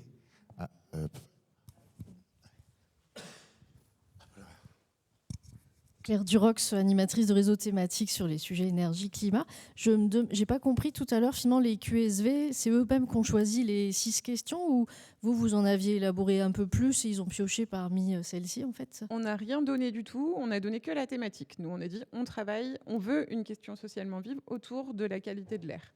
Et à partir de ça, donc, on avait travaillé en amont sur qu'est-ce qu'une question socialement vive, comment on la rédige, comment on y répond, etc. Et eux ont choisi vraiment les thématiques sur lesquelles ils voulaient travailler, leurs questions socialement vives. Est-ce que tu pourrais donner quelques exemples d'experts qu'ils ont choisi d'aller voir aussi ou interroger? Alors oui, j'ai mes petites notes, on pourra en rediscuter tout à l'heure, mais je me souviens de celui qui a traité, le groupe qui a traité autour du sport, qui ont été interviewés des médecins du sport et l'infirmière du lycée aussi. On a eu... il faudrait que je re-regarde. Je re-regarderai et je vous le dirai tout à l'heure. Ce sera plus simple. J'ai peur de me tromper. Je regarderai. Et est-ce que ça vous donne envie de refaire pareil l'an prochain avec la même promo ou vous changeriez des choses? On fera évoluer, je pense, pour plus cibler autour de l'agriculture. Peut-être dire qualité de l'air et agriculture. Parce que là, du coup, on s'est retrouvé sur d'autres sujets. Alors, c'était très bien en termes d'ouverture d'esprit, mais en termes d'apport de connaissances, on s'est éloigné de ce qu'on avait pensé faire de base. Voilà, avec les vignettes critères, avec la voiture électrique, avec le sport, on est sorti de ce sur quoi on voulait les emmener. Donc, peut-être cette année reconduire avec la notion d'agriculture imposée. Parce que là, cette année, tu vas recommencer avec ta filière. J'ai plus ma binôme cette année qui est partie à la retraite. Donc... Ah, mais en fait, ok. Mais donc peut-être que je recommencerai avec ma nouvelle binôme cette année. Okay. Mais on n'en a pas encore discuté, on n'a pas encore commencé. Après, je pense que le fait de les avoir laissés un petit peu libres dans cette thématique imposée, c'est important. Oui. Mais que maintenant, c'est à eux de le présenter aux autres pour leur dire mais aujourd'hui, c'est l'agriculture. Oui. Là, ça passe mieux. Il y a ça aussi. Mais c'est important au départ de les laisser aussi partir sur la voiture électrique, le sport. Et après, on ramène ça à l'agriculture. Enfin, c'est ce que je pense. Oui, c'est sûr. Voilà. Et Jérôme, qu'est-ce qu'il a fait, lui? Estelle, on va te prendre ton micro. Enfin, et qu'est-ce qu'il est en train de faire, je crois? Oui, alors pour l'instant, pas grand-chose. Vous verrez cet après-midi. Ouais. Alors, il y a eu un petit peu de préparation quand même. Alors, Est-ce que tu peux nous parler de ce qu'on va voir cet après-midi alors? Tout à fait. Alors, pour commencer, en fait, la particularité du campus Agronova, c'est qu'on a une filière agroéquipement qui est plutôt développée et on va piocher un petit peu dans ce que fait l'éducation nationale. Ah oui, toi, tu es prof de maintenance. Okay. Alors, prof d'agroéquipement et notamment sur les filières. Alors, en agroéquipement, on en a plein. Niveau Bac Pro, on a maintenance des matériels, option agricole, option parc et jardin. Au niveau BTS, on va avoir aussi une formation d'éducation nationale, donc le BTS TSMA, technique et services en matériel agricole. Et on fait un petit peu quand même de l'enseignement agricole avec le GDEA, Génie des équipements agricoles. Voilà, après, on a des classes de licence qu'on mutualise avec l'établissement de Vesoul, par exemple. Voilà. Donc, on touche un petit peu à l'agroéquipement. L'avantage d'avoir cette posture-là, c'est qu'on va à la fois côtoyer des personnes de l'ACSEMA, qui est le syndicat plutôt des constructeurs, des personnes du CEDIMA, qui représentent plutôt la profession au niveau des distributeurs, donc au niveau local. Et donc, pour cet après-midi, on a eu la chance de collaborer avec ces deux publics, avec notamment des supports qui viennent de nos concessionnaires partenaires, et aussi de centres de formation des constructeurs, donc notamment Berthoud sur le sujet pulvérisation et John Deere sur le côté motorisation. Alors donc l'atelier qui va être proposé cet après-midi, alors les ateliers ont été travaillés avec des élèves, c'est ça? Exactement. Donc on y a intégré les jeunes de la filière Bac Pro maintenance des matériels, donc éducation nationale. Donc pour le coup, si on pioche un petit peu dans le référentiel, ce sont des sujets qui ne sont pas mis en avant. Ce sont des sujets alors très axés sur la maintenance, sur l'aspect technologique des matériels, et du coup la qualité de l'air pas tant que ça. Pour autant, j'ai voulu les impliquer parce qu'en fait on a un module qui est le projet. Et je trouvais que c'était assez intéressant d'impliquer les jeunes, d'autant plus que certains m'ont parlé de la journée qui avait eu lieu l'année dernière. Et en fait, la conclusion, c'était plutôt « c'est bien, c'est une petite journée thématique, on sort des cours et puis quelque part, ça fait une récréation. » Tu n'as pas participé à la journée l'année dernière? Non. Mais là, du coup, cette année, j'y suis. Ouais, mais tu t'inscris dans ce projet parce que Guillaume te dit il faut que tu t'inscrives parce qu'on fait un truc, ou parce que tu dis tiens, ça peut être intéressant Plutôt la deuxième option. La deuxième option, ouais. Je vous avoue que Guillaume est quand même venu boire souvent le café au bureau des agroéquipements pour essayer de nous pousser à monter finalement 5 ateliers. C'est pas mal. Voilà. Et donc ces jeunes qui avaient plutôt un aspect, n'avaient pas retenu, pas grand-chose, mais en tout cas, ils ne trouvaient pas forcément d'intérêt à la journée de l'année dernière. Et je les ai prises au mot, je leur ai dit, qu'à cela ne tienne, vous allez y participer. Et donc, dans le cadre de ce projet, on a travaillé sur l'organisation de ces différents ateliers. Donc il y a deux grosses thématiques qui auront lieu cet après-midi. Un aspect plutôt lié à la traction thermique, avec tout ce qui est gestion des gaz d'échappement, et un autre aspect plutôt avec les produits phytosanitaires. Et donc on a travaillé en séance sur, à partir de ces deux ateliers, qu'est-ce qu'on peut y intégrer. Et en fait, à partir de deux ateliers, c'était un peu la commande de base, on est venu à en faire, on va dire 5, et je pense que si vraiment on était bien motivé, on aurait pu en faire bien plus. Donc cette filière qui est plutôt axée sur la partie équipement, pour autant, ils ont donné des idées sur, par exemple, avant d'intervenir sur les produits phytosanitaires, est-ce qu'en amont, il y a des choses à faire d'un point de vue agronomique? Et donc, il y aura un atelier sur tout ce qui se passe avant, sur les réflexions agronomiques, etc., avant d'atteindre le choix critique qui est l'utilisation des produits phytosanitaires. Alors, on n'aura pas le discours de dire c'est bien, c'est pas bien. On dira juste, d'un point de vue technologique, qu'est-ce qu'on a, qu'est-ce qu'on peut mettre en place et quelles sont les conséquences sur les traitements. Sur la partie gaz d'échappement, c'est pareil. Alors, quand on parle de qualité de l'air, les jeunes rigolent. C'est-à-dire que quand on démarre la moissonneuse-batteuse, quand on démarre notre biomassé 145, il y a un nuage de fumée noire. Et ça les fait beaucoup rire. Mais ils ne le prennent pas forcément au sérieux. Donc nous, ce qu'on essaye de mettre en avant, c'est plutôt le matériel qui vieillit avec ces images qu'on peut voir dans les campagnes, et aussi des tracteurs qui ont toujours une traction thermique, mais qui ont des moyens technologiques qui permettent de réduire, en tout cas, de traiter les gaz d'échappement. Et donc il y aura une ouverture, donc c'est le dernier atelier sur tout ce qui se fait en matériel électrique, sur le rétrofit, sur la robotisation, etc. Donc c'est un poste qui est assez intéressant parce qu'on est à la fois sur la facette agriculture, avec tous les choix des agriculteurs sur le terrain, et aussi sur les problématiques au niveau des industriels, au niveau des ateliers, parce que quand on fait de la soudure, forcément il y a des gaz. Quand on fait démarrer un moteur en atelier, il y a tout ce qui est les extracteurs. Donc c'est vraiment, d'un point de vue métier, des choses quand même qui les concernent fortement. Et donc faire un pas sur le côté pour eux au niveau de l'agriculture, ça permet aussi de poser des questions et travailler un petit peu plus dans le détail. Donc c'est eux qui seront présents pour animer les ateliers. Tout à fait. Alors il y aura toujours un œil bienveillant par-dessus, mais voilà. Normalement, les jeunes seront là pour animer les ateliers. Merci. Et alors, Par rapport aux solutions technologiques, parce que j'ai mon voisin, je l'entendais parler et il a tout à fait raison, on n'aura pas de question de coût.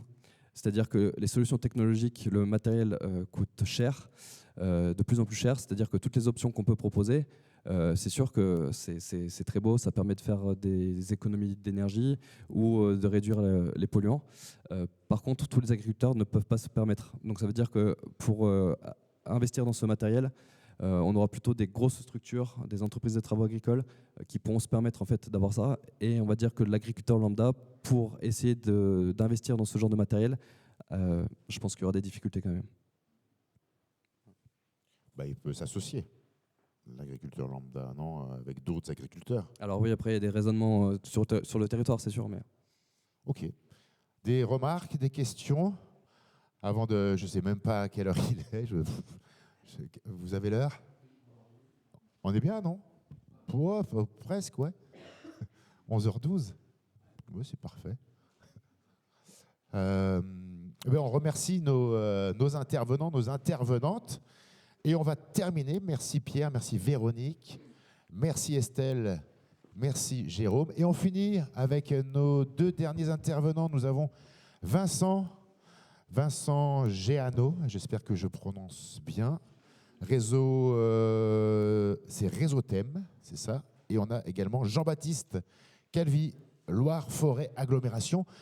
Et on aura le mot de la fin tout à l'heure avec Brigitte Guillaume, inspectrice. Alors, donc bienvenue Vincent, Réseauthème, bienvenue Jean-Baptiste. Donc Réseauthème, qu'est-ce que c'est Réseauthème? Ah oui, ben oui, un micro. Qu'est-ce que c'est Réseauthème? Alors, ça marche. Si, c'est bon, vous m'entendez. Bonjour. Réseauthème, c'est simple, c'est pour réseau thématique. Donc en fait, je suis animateur du réseau thématique agriculture numérique et agroéquipement, donc de la DGER. Réseauthème, en fait, c'est un collectif de 10 animateurs qui sont répartis dans différents lycées un peu partout en France et chacun sur notre thématique. 10 animateurs, voilà. 10 lycées, 10 thématiques, c'est ça? Ouais. Et toi, t'es où? T'es basé où? Moi, par exemple, je suis sur le lycée agricole de Castelnaudary. D'accord. Et donc, on est en lien avec les établissements à l'échelle nationale, chacun sur notre entrée thématique, notamment, on travaille après pour la DGER, donc notamment pour le Bureau de développement agricole et partenariat pour l'innovation, et on est en particulier en appui aux établissements sur les questions partenariales, sur le développement des projets autour des transitions et transitions agroécologie, donc notamment le plan Enseigner à produire autrement. Et on est sur une entrée thématique, mais après, on travaille en collectif. On travaille en collectif, les 10 animateurs, notamment sur des sujets transversaux, comme la qualité de l'air. Et donc aujourd'hui, je ne suis pas tout seul de Réseauthème. Il y a Claire qui est intervenue là il y a quelques minutes. Et il y a aussi Dominique qui est à l'arrière donc, du réseau eau, et donc qui est avec moi. Et il y en a 3 sur les 10. Ouais, nous sommes 3 animateurs qui travaillent sur cette thématique transversale. Ah non, vous êtes. Il y a 10 thématiques, mais là, les 3 qui sont là, vous travaillez sur la même thématique. Alors, Dominique et en tout cas Claire et moi directement. D'accord. Ok. Voilà. Oui. Et bien alors, ça existe depuis longtemps, Réseauthème. Moi, j'en avais jamais entendu parler. Alors. Si vraiment on revient sur l'historique, je suis dans les derniers arrivés, donc je n'étais pas là depuis le début. Mais voilà, c'est issu du Grenelle de l'environnement. Donc ça fait déjà quelques années, et donc qui s'est structuré là depuis des années, qui a notamment aussi participé à tous les travaux au cours des différents plans EPA 1, 2 et bientôt 3. D'accord. Et alors, donc vos missions là sur la qualité de l'air. Oui. Alors. Par rapport si on revient sur la thématique qualité de l'air, donc c'est un de nos chantiers transversaux. Nos missions, elles sont en fait multiples, notamment d'être un petit peu en suivi pour essayer d'identifier ce qui se passe sur les terrains au niveau des établissements, et également d'être... Là, comment ça s'est passé alors avec Guillaume? Guillaume, il est partout. C'est lui qui vous a contacté? C'est vous avez vu qu'il se passait des choses dans le coin au niveau de la qualité de l'air? Comment ça s'est passé le lien entre la journée et Réseauthème? Alors, la journée, Guillaume, on le connaît depuis, c'est pas d'aujourd'hui. Hein. Évidemment que depuis qu'au niveau du campus Agronova et de façon plus large au niveau de la région, il y a vraiment eu un consortium qui s'est monté et donc tous ces projets là dont on entend parler et qui se développent depuis maintenant plusieurs mois, voire années. Voilà, on avait bien évidemment identifié les différents acteurs et on était en contact très fréquent avec Guillaume. Et voilà, donc c'était... Enfin, pour faire un petit peu l'historique, notamment dans le cadre des Journées nationales qualité de l'air, on a réalisé les 2 dernières années en fait, des webinaires à l'échelle nationale pour communiquer notamment sur les actions qui se passaient en établissement. Et évidemment que Guillaume a participé à ces webinaires notamment pour témoigner. Donc, juste si ces webinaires vous intéressent, vous pouvez les trouver sur le site adt.educagri. Je ne sais pas si tout le monde connaît ce site aussi. Hein. C'est le site du ministère qui est dédié à l'animation et développement des territoires, où du coup, à l'intérieur desquels on valorise un peu tous nos ressources. Et donc, vous y trouverez les replays de ces webinaires-là. Et également aussi un petit Padlet dans lequel on a essayé de regrouper un peu des ressources sur la thématique et qui pourraient être intéressantes pour les établissements qui souhaitent s'emparer de cette question-là.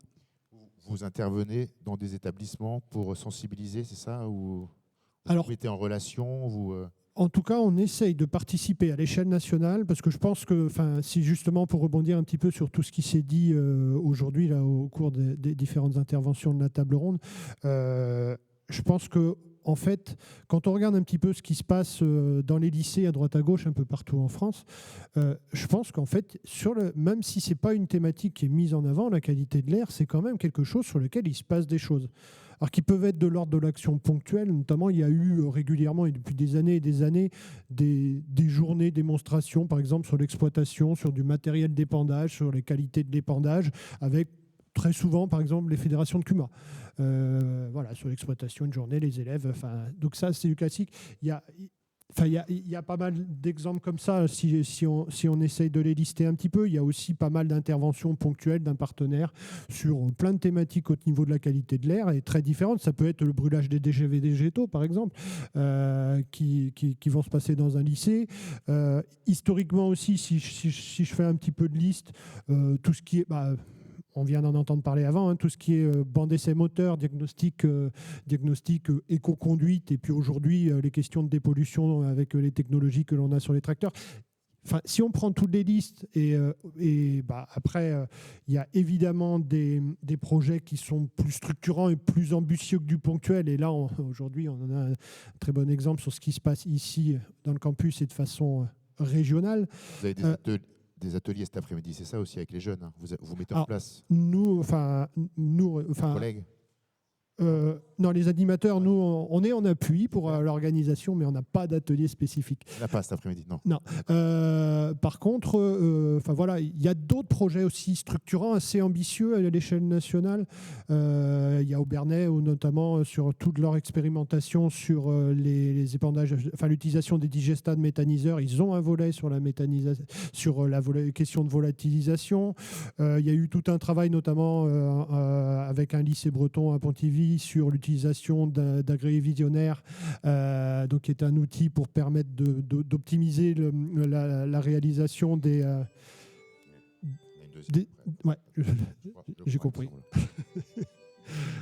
D'optimiser la réalisation des épandages des flux en élevage. Donc voilà, il y a des choses où derrière, c'est des actions qui sont plus que ponctuelles, ça se poursuit dans le temps et avec des partenariats assez forts aussi. Donc voilà, moi je pense qu'aujourd'hui, je ne vais pas vous faire une liste exhaustive et j'en serais sans doute incapable parce qu'il y a des choses qu'on n'a même pas sans doute identifiées encore. C'est pas qu'il ne se passe rien, c'est la visibilité qu'on arrive à donner à toutes ces actions. Et du coup, il y a sans doute un enjeu aussi pour nous, enseignement agricole, et c'est à ça qu'on essaye de participer à l'échelle de Réseau Thème. C'est vraiment sur cette question de la visibilité, comment on peut porter cette question de la qualité de l'air, notamment pour permettre plus d'échanges entre les acteurs.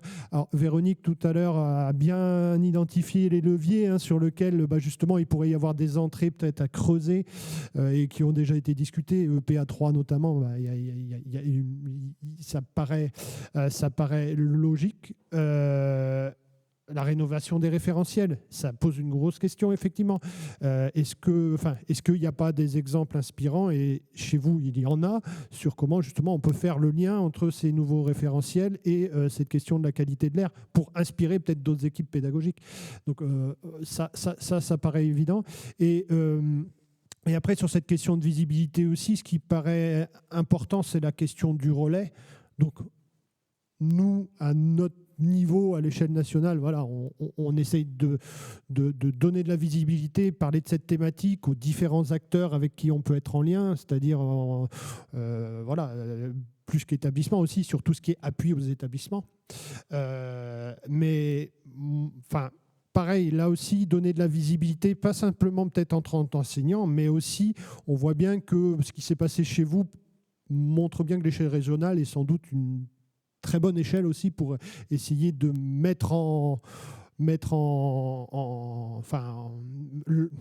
lancer de nouveaux établissements. Aujourd'hui, c'est quand même une journée nationale. C'est ça. On a quand même aujourd'hui, c'est une journée nationale. C'est une journée. Mais il y a des établissements, par exemple, éducation nationale, qui participent à cette journée, par exemple, non ? Oui, tout à fait. Pourtant, c'est la journée. C'est pas journée nationale qualité de l'air dans le monde agricole. C'est journée nationale qualité de l'air. C'est vrai, hein ? Oui, tout à fait.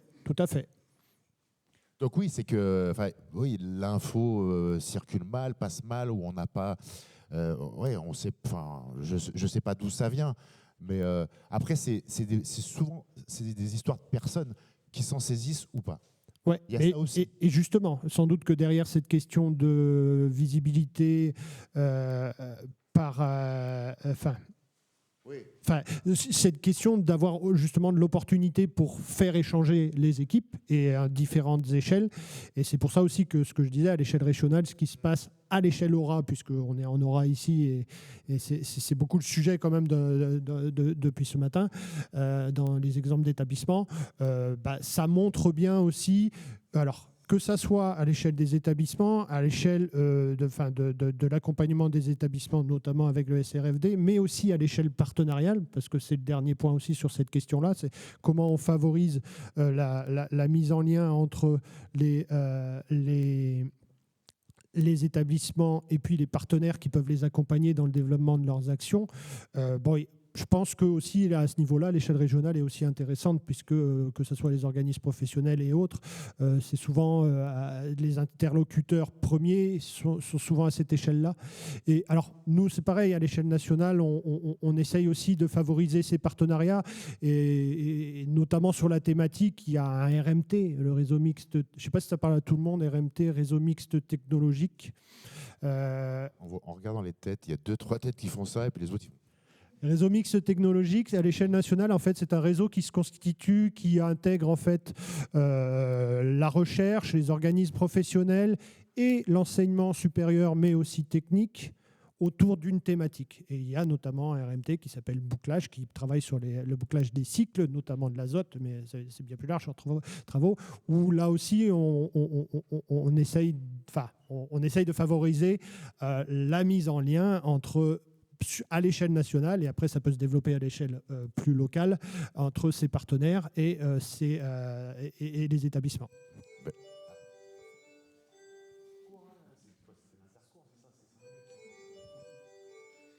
Eh ben, ça tombe bien, nous avons un acteur du territoire là. Donc Loire, Forêt, Agglomération, c'est Jean-Baptiste Calvi. Aujourd'hui, sur Loire, Forêt, Agglomération, qu'est-ce qu'on peut dire sur la qualité de l'air, et si c'est quelque chose qu'on regarde, qu'on observe, qu'on surveille? Oui, absolument. Donc, quand Guillaume nous a expliqué qu'il organisait cette journée, on a été vraiment ravis. Alors moi, je suis directeur environnement, économie circulaire, et je représente les élus, évidemment, de nos communes qui siègent à Loire-Forêt-Agglo.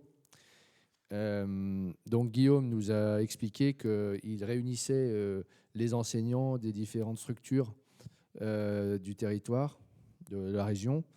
Et c'est vrai que sur les questions environnementales, il est très difficile pour nous qui ne sommes pas engagés dans les politiques agricoles d'avoir un impact réel. Et donc, il est important pour nous de voir que les acteurs s'organisent pour prendre en compte ces enjeux, puisque de notre côté, nous avons quand même des objectifs à respecter et nous avons de grands plans que nous devons construire pour réduire les émissions de gaz à effet de serre et pour réduire la pollution atmosphérique. Donc là, on a tout l'écosystème avec nous, entre Atmo, Auvergne-Rhône-Alpes, qui a fait les études pour nous, pour faire l'état des lieux. On a l'État qui nous suit, qui nous surveille, qui nous contrôle, mais qui nous aide aussi à comprendre et à nous donner les enjeux. On a des financeurs. Et on va voir que sur l'agriculture, heureusement, on a pas mal de financements pour aussi nous accompagner des agriculteurs sur des thématiques environnementales et notamment la biodiversité et le milieu naturel. Et puis, on a la Chambre d'agriculture avec laquelle on travaille très régulièrement autour de tous les plans environnementaux de l'agriculture. C'est vraiment, nous, ce n'est pas une compétence qu'on a, l'agriculture. On s'appuie sur les autres compétences environnementales pour agir. Pourquoi ? Parce qu'on est un territoire qui a une économie agricole très forte. On est un territoire très rural. Voilà, on a des villes-centres de 15 000 habitants, Montbrison, Saint-Just-Saint-Rambert. Mais on est quand même un territoire très rural. C'est 112 000 habitants. Montbrison. Oui, voilà. Mais vous savez qu'on va jusqu'à Noir-Étable, Servières, Saint-Bonnet-le-Château, Husson-en-Forêt. 87 communes. 84 maintenant, 84. Suite à des regroupements. Oui. Voilà. Mais vous voyez, entre Husson-en-Forêt, Servières, vous prenez l'autoroute direction Clermont, vous roulez 1 heure et vous avez un panneau Servières, le musée, la broderie au fil d'or, et vous êtes encore sur Loire-Forêt Agglo. Et donc, c'est un territoire quand même très rural. Et on a un impact environnemental de cette activité qu'il ne faut pas survaloriser. C'est une activité parmi d'autres. Mais elle existe. Sur la qualité de l'air, donc on peut dire que globalement, l'agriculture a un rôle important, puisque sur les particules, on est à peu près au même niveau que le résidentiel. On est un peu plus bas, mais vu qu'on a l'ammoniac qui, comme on l'a dit, réagit et génère de façon secondaire des particules, eh bien, on a des niveaux d'ammoniac qui sont assez importants. Même s'il faut le relever, il baisse fortement. Et on a parlé du département de la Loire, mais on est sur un territoire qui a quand même beaucoup baissé en termes d'intrants chimiques notamment. Donc ça, il faut le dire. Ces chiffres, c'est avec Atmo que vous les avez eus. Oui, on les a eus avec Atmo. Et puis on a eu un débat avec la Chambre d'agriculture sur justement la baisse des utilisations des intrants et puis l'impact sur l'ammoniac. Mais quand même, beaucoup de particules, les composés organiques volatiles qui ne sont pas neutres, qu'on connaît assez peu, et puis il y a les oxydes d'azote qui sont liés à l'utilisation d'énergie, notamment, on a parlé des tracteurs qui fument, mais c'est à peu près au même niveau que l'industrie pour notre territoire, l'agriculture sur ce volet. Donc on est sur un niveau globalement... Vous avez un objectif, on vous donne ? Non. Oui, on a des objectifs à respecter de baisse. Ouais. Et il y a baisse, on vous dit de temps. C'est la réglementation, oui, qui nous dit. Donc il y a ça. On doit réduire nos émissions de polluants atmosphériques. Et donc on a travaillé, la Chambre d'agriculture a travaillé notamment dans le cadre du plan de protection de l'atmosphère du bassin stéphanois et de Loire-Forêt Agglomération sur un plan d'action qui est encore en discussion, il me semble-t-il, et qui est piloté par le préfet et puis la DREAL. Nous avons intégré ces fiches actions dans notre plan. Ça veut dire qu'on a sur Loire-Forêt un plan d'action qualité de l'air agricole.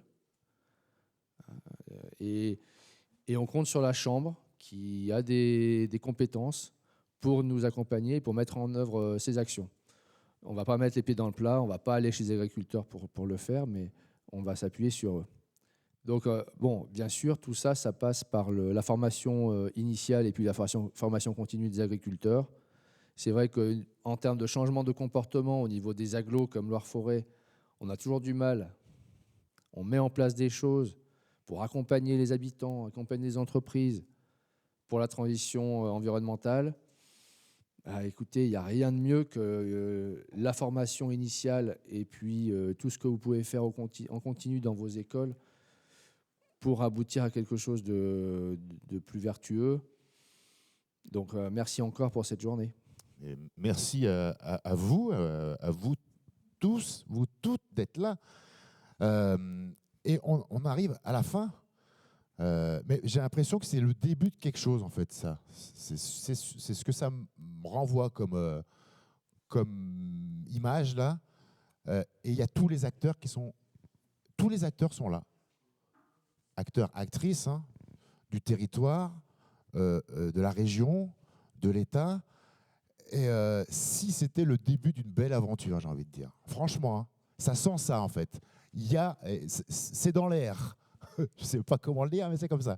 Et on va peut-être conclure, oui, hein, avec Madame l'inspectrice. Je vous en prie, venez. On va rester là, nous. Hein, regardez, il y a une petite place là-bas à côté du jeune homme. Donc, vous êtes Brigitte Guillaume, inspectrice en charge des exploitations agricoles, des ateliers technologiques et de la formation pro continue et apprentissage. Également, vous gérez les élèves ingénieurs de l'agriculture. Enfin, c'est ça, hein, non, là, en charge beaucoup de choses. Là, vous m'en donnez un petit peu trop. Je vous donne... écoutez, hein. Prenez. Donc, oui, je suis Brigitte Guillaume, donc je suis inspectrice de l'enseignement agricole, et donc voilà, spécifiquement de l'enseignement agricole. Et au sein de l'inspection, dans le domaine établissement émission, je suis dans le pôle qui suit les exploitations agricoles, les ateliers technologiques et la formation continue et apprentissage. Là, c'est pas facile ce que vous avez à faire. Vous avez pris des notes et c'est vous qui devez conclure. C'est pas évident. Ah bon. Voilà. Déjà, je vous applaudis. Merci. En premier lieu, je voulais vous remercier l'établissement pour l'invitation faite à l'enseignement agricole pour conclure cet atelier et tout le plaisir que j'ai de le faire, même si l'exercice n'est peut-être pas facile. Ensuite, donc, moi, ce que je peux noter avant tout, c'est qu'il me semble qu'on est dans un événement comme c'est emporté l'enseignement agricole. Donc effectivement, la particularité de cet événement, c'est d'être sur la qualité de l'air. Pour autant, effectivement, on est dans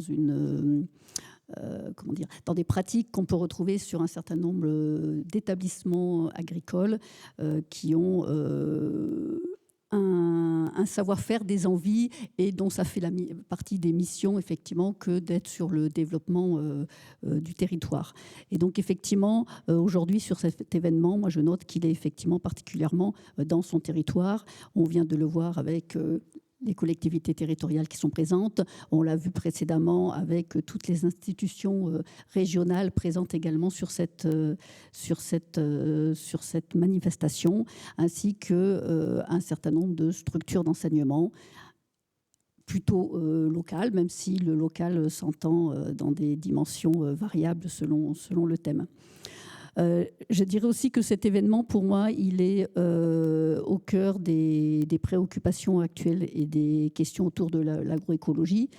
Alors, un monsieur est intervenu tout à l'heure pour se poser la question du décalage qu'il peut y avoir parfois peut-être entre le discours et les écrits. Mais aujourd'hui, les questions autour de l'agroécologie figurent dans le code rural. Les questions de transition ont été reprises dans la dernière loi d'orientation dont on a eu référence, la fameuse Lozarga, pour son petit nom maintenant. Et donc, effectivement, cet événement s'inscrit complètement dans ces politiques publiques. Je note aussi par rapport à cet événement que les apprenants, comme la plupart du temps dans les dispositifs de l'enseignement agricole, sont bien au cœur des manifestations, à la fois puisqu'ils sont invités à participer à cette journée en tant qu'invités, mais également, effectivement, comme on a pu le voir sur ce qui est prévu sur l'agroéquipement, par exemple, ils sont au cœur de l'animation des ateliers qui vont être proposés cet après-midi. Et en ça, effectivement, dans une logique d'apprentissage, et probablement qu'ils se rappelleront beaucoup mieux et beaucoup plus de cette journée, cette année où ils sont au cœur de la manifestation qu'en étant effectivement simplement visiteurs l'année dernière. Voilà. Pour ce qui est aussi de la manière dont se positionne cet événement, moi j'ai pu noter que l'établissement et les enseignants qui sont intervenus plus largement ont su se saisir des espaces de liberté ouverts par les référentiels qui portent nos diplômes. On l'a vu par exemple effectivement avec la reprise et mettre la qualité de l'air au sein des questions socialement vives du diplôme par Rohan Charvet. On a parlé à plusieurs occasions des questions autour des référentiels. Il y a plusieurs choses qui comptent sur les référentiels. Déjà de savoir que ceux-ci sont rénovés aujourd'hui dans des fréquences jugées rapides souvent par le corps enseignant, mais effectivement aujourd'hui dans la structuration nationale, les rénovations sont programmées tous les 5 ans.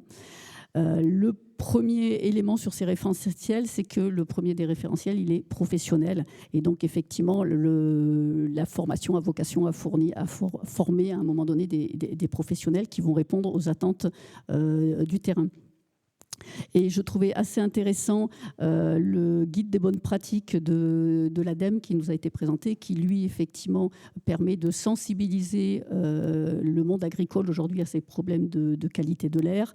J'ai noté probablement des financements à venir aussi sur ces questions-là. Donc c'est une manière effectivement, un ruissellement qui prendra peut-être du temps, qui ne sera peut-être pas aussi rapide que certains pourraient le voir, mais qui peut se faire aussi en sensibilisant en premier effectivement les agriculteurs à ces difficultés autour de la qualité de l'air, sachant que, comme il a été dit, ils sont les premiers touchés éventuellement par cette mauvaise qualité, que ce soit dans leur santé personnelle, que ce soit dans leur rendement. Sur ces questions de formation, il y a un point qui a été à peine effleuré, qui aurait peut-être pu l'être un peu plus, ou qui dans tous les cas me laisse l'idée qu'il peut y avoir effectivement des entrées possibles pour travailler sur ces questions. C'est tout ce qui touche à la formation professionnelle, donc dans nos établissements publics locaux d'enseignement. Les lycées prennent beaucoup de place, mais il n'y a pas que. Il y a aussi la formation professionnelle continue portée par les centres de formation.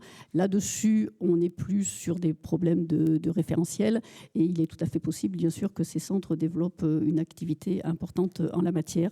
Donc, des opportunités à saisir, que ce soit sur le PEL de Montbrison ou que ce soit plus largement dans l'enseignement agricole. Enfin, par rapport à cette manifestation, pour moi, elle est complètement ancrée dans des politiques publiques également. On a parlé tout à l'heure d'enseigner à produire autrement. Donc la deuxième mouture qui s'achève cette année est dans le 4e axe de cette politique publique. Il y a tout ce qui touche à l'essaimage des bonnes pratiques et des bonnes idées. Et je pense effectivement que la manifestation d'aujourd'hui fait largement partie de cet axe. Sur les missions, on a parlé de la 6e mission et je conclurai là-dessus, mais avant, il y a une mission qui est importante portée par les établissements et par les EPL, c'est ce qui touche à l'expérimentation et l'innovation. C'est souvent les exploitations agricoles ou les ateliers technologiques qui sont au cœur de ces dispositifs, mais pas que.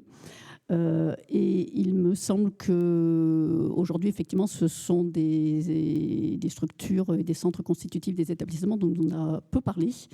Et là aussi, je pense qu'il pourrait y avoir effectivement des leviers importants à se saisir pour travailler sur ces questions de qualité de guerre et d'émissions. Et pour le coup, ça fait complètement le lien avec le réseau TEM qui est très présent auprès des exploitations et qui accompagne et qui permet de faire du lien entre les différents projets qui existent et les réseaux et tout ce qui peut accompagner. Bon, il y a réseau TEM, mais il peut y avoir effectivement les structures régionales. Il y a toutes les questions autour d'accompagner les EPL ou les exploitations agricoles à saisir les opportunités financières qui peuvent se présenter pour mettre en œuvre de la pédagogie innovante, pour permettre l'expérimentation dans les exploitations agricoles également. j'ai trouvé assez intéressant, puisqu'on est revenu sur le niveau régional, d'avoir l'historique un peu du choix et des réflexions faites entre nos deux services régionaux, DREAL et SREA, sur comment utiliser des fonds sur la qualité de l'air, et d'avoir fait le choix effectivement de l'enseignement agricole, finalement en avance sur la loi d'orientation qui aujourd'hui pousse à l'attractivité de la filière, pousse effectivement à le renouvellement des générations. Et comme ça a pu être dit en particulier par Véronique, l'objectif est de former plus, mais surtout de bien former. Et effectivement, voilà, je trouve que cette manifestation et tout ce qui est proposé par l'établissement va complètement dans ce sens-là. Ce qui donne une touche de grand optimisme pour la suite. Et comme vous le disiez, peut-être le démarrage. J'espère. Ou dans tous les cas, des choses à poursuivre. Merci Madame Guillaume. Merci messieurs. Merci à vous tous et vous toutes. Cette table ronde est terminée. La journée ne l'est pas. Des ateliers cet après-midi. Et ce matin, là, dans les 5 minutes qui arrivent, d'autres ateliers, enfin des ateliers, ce matin, cet après-midi, ici même. Donc on se prend 5 minutes, on prend l'air 5 minutes et on revient. Merci, à tout à l'heure.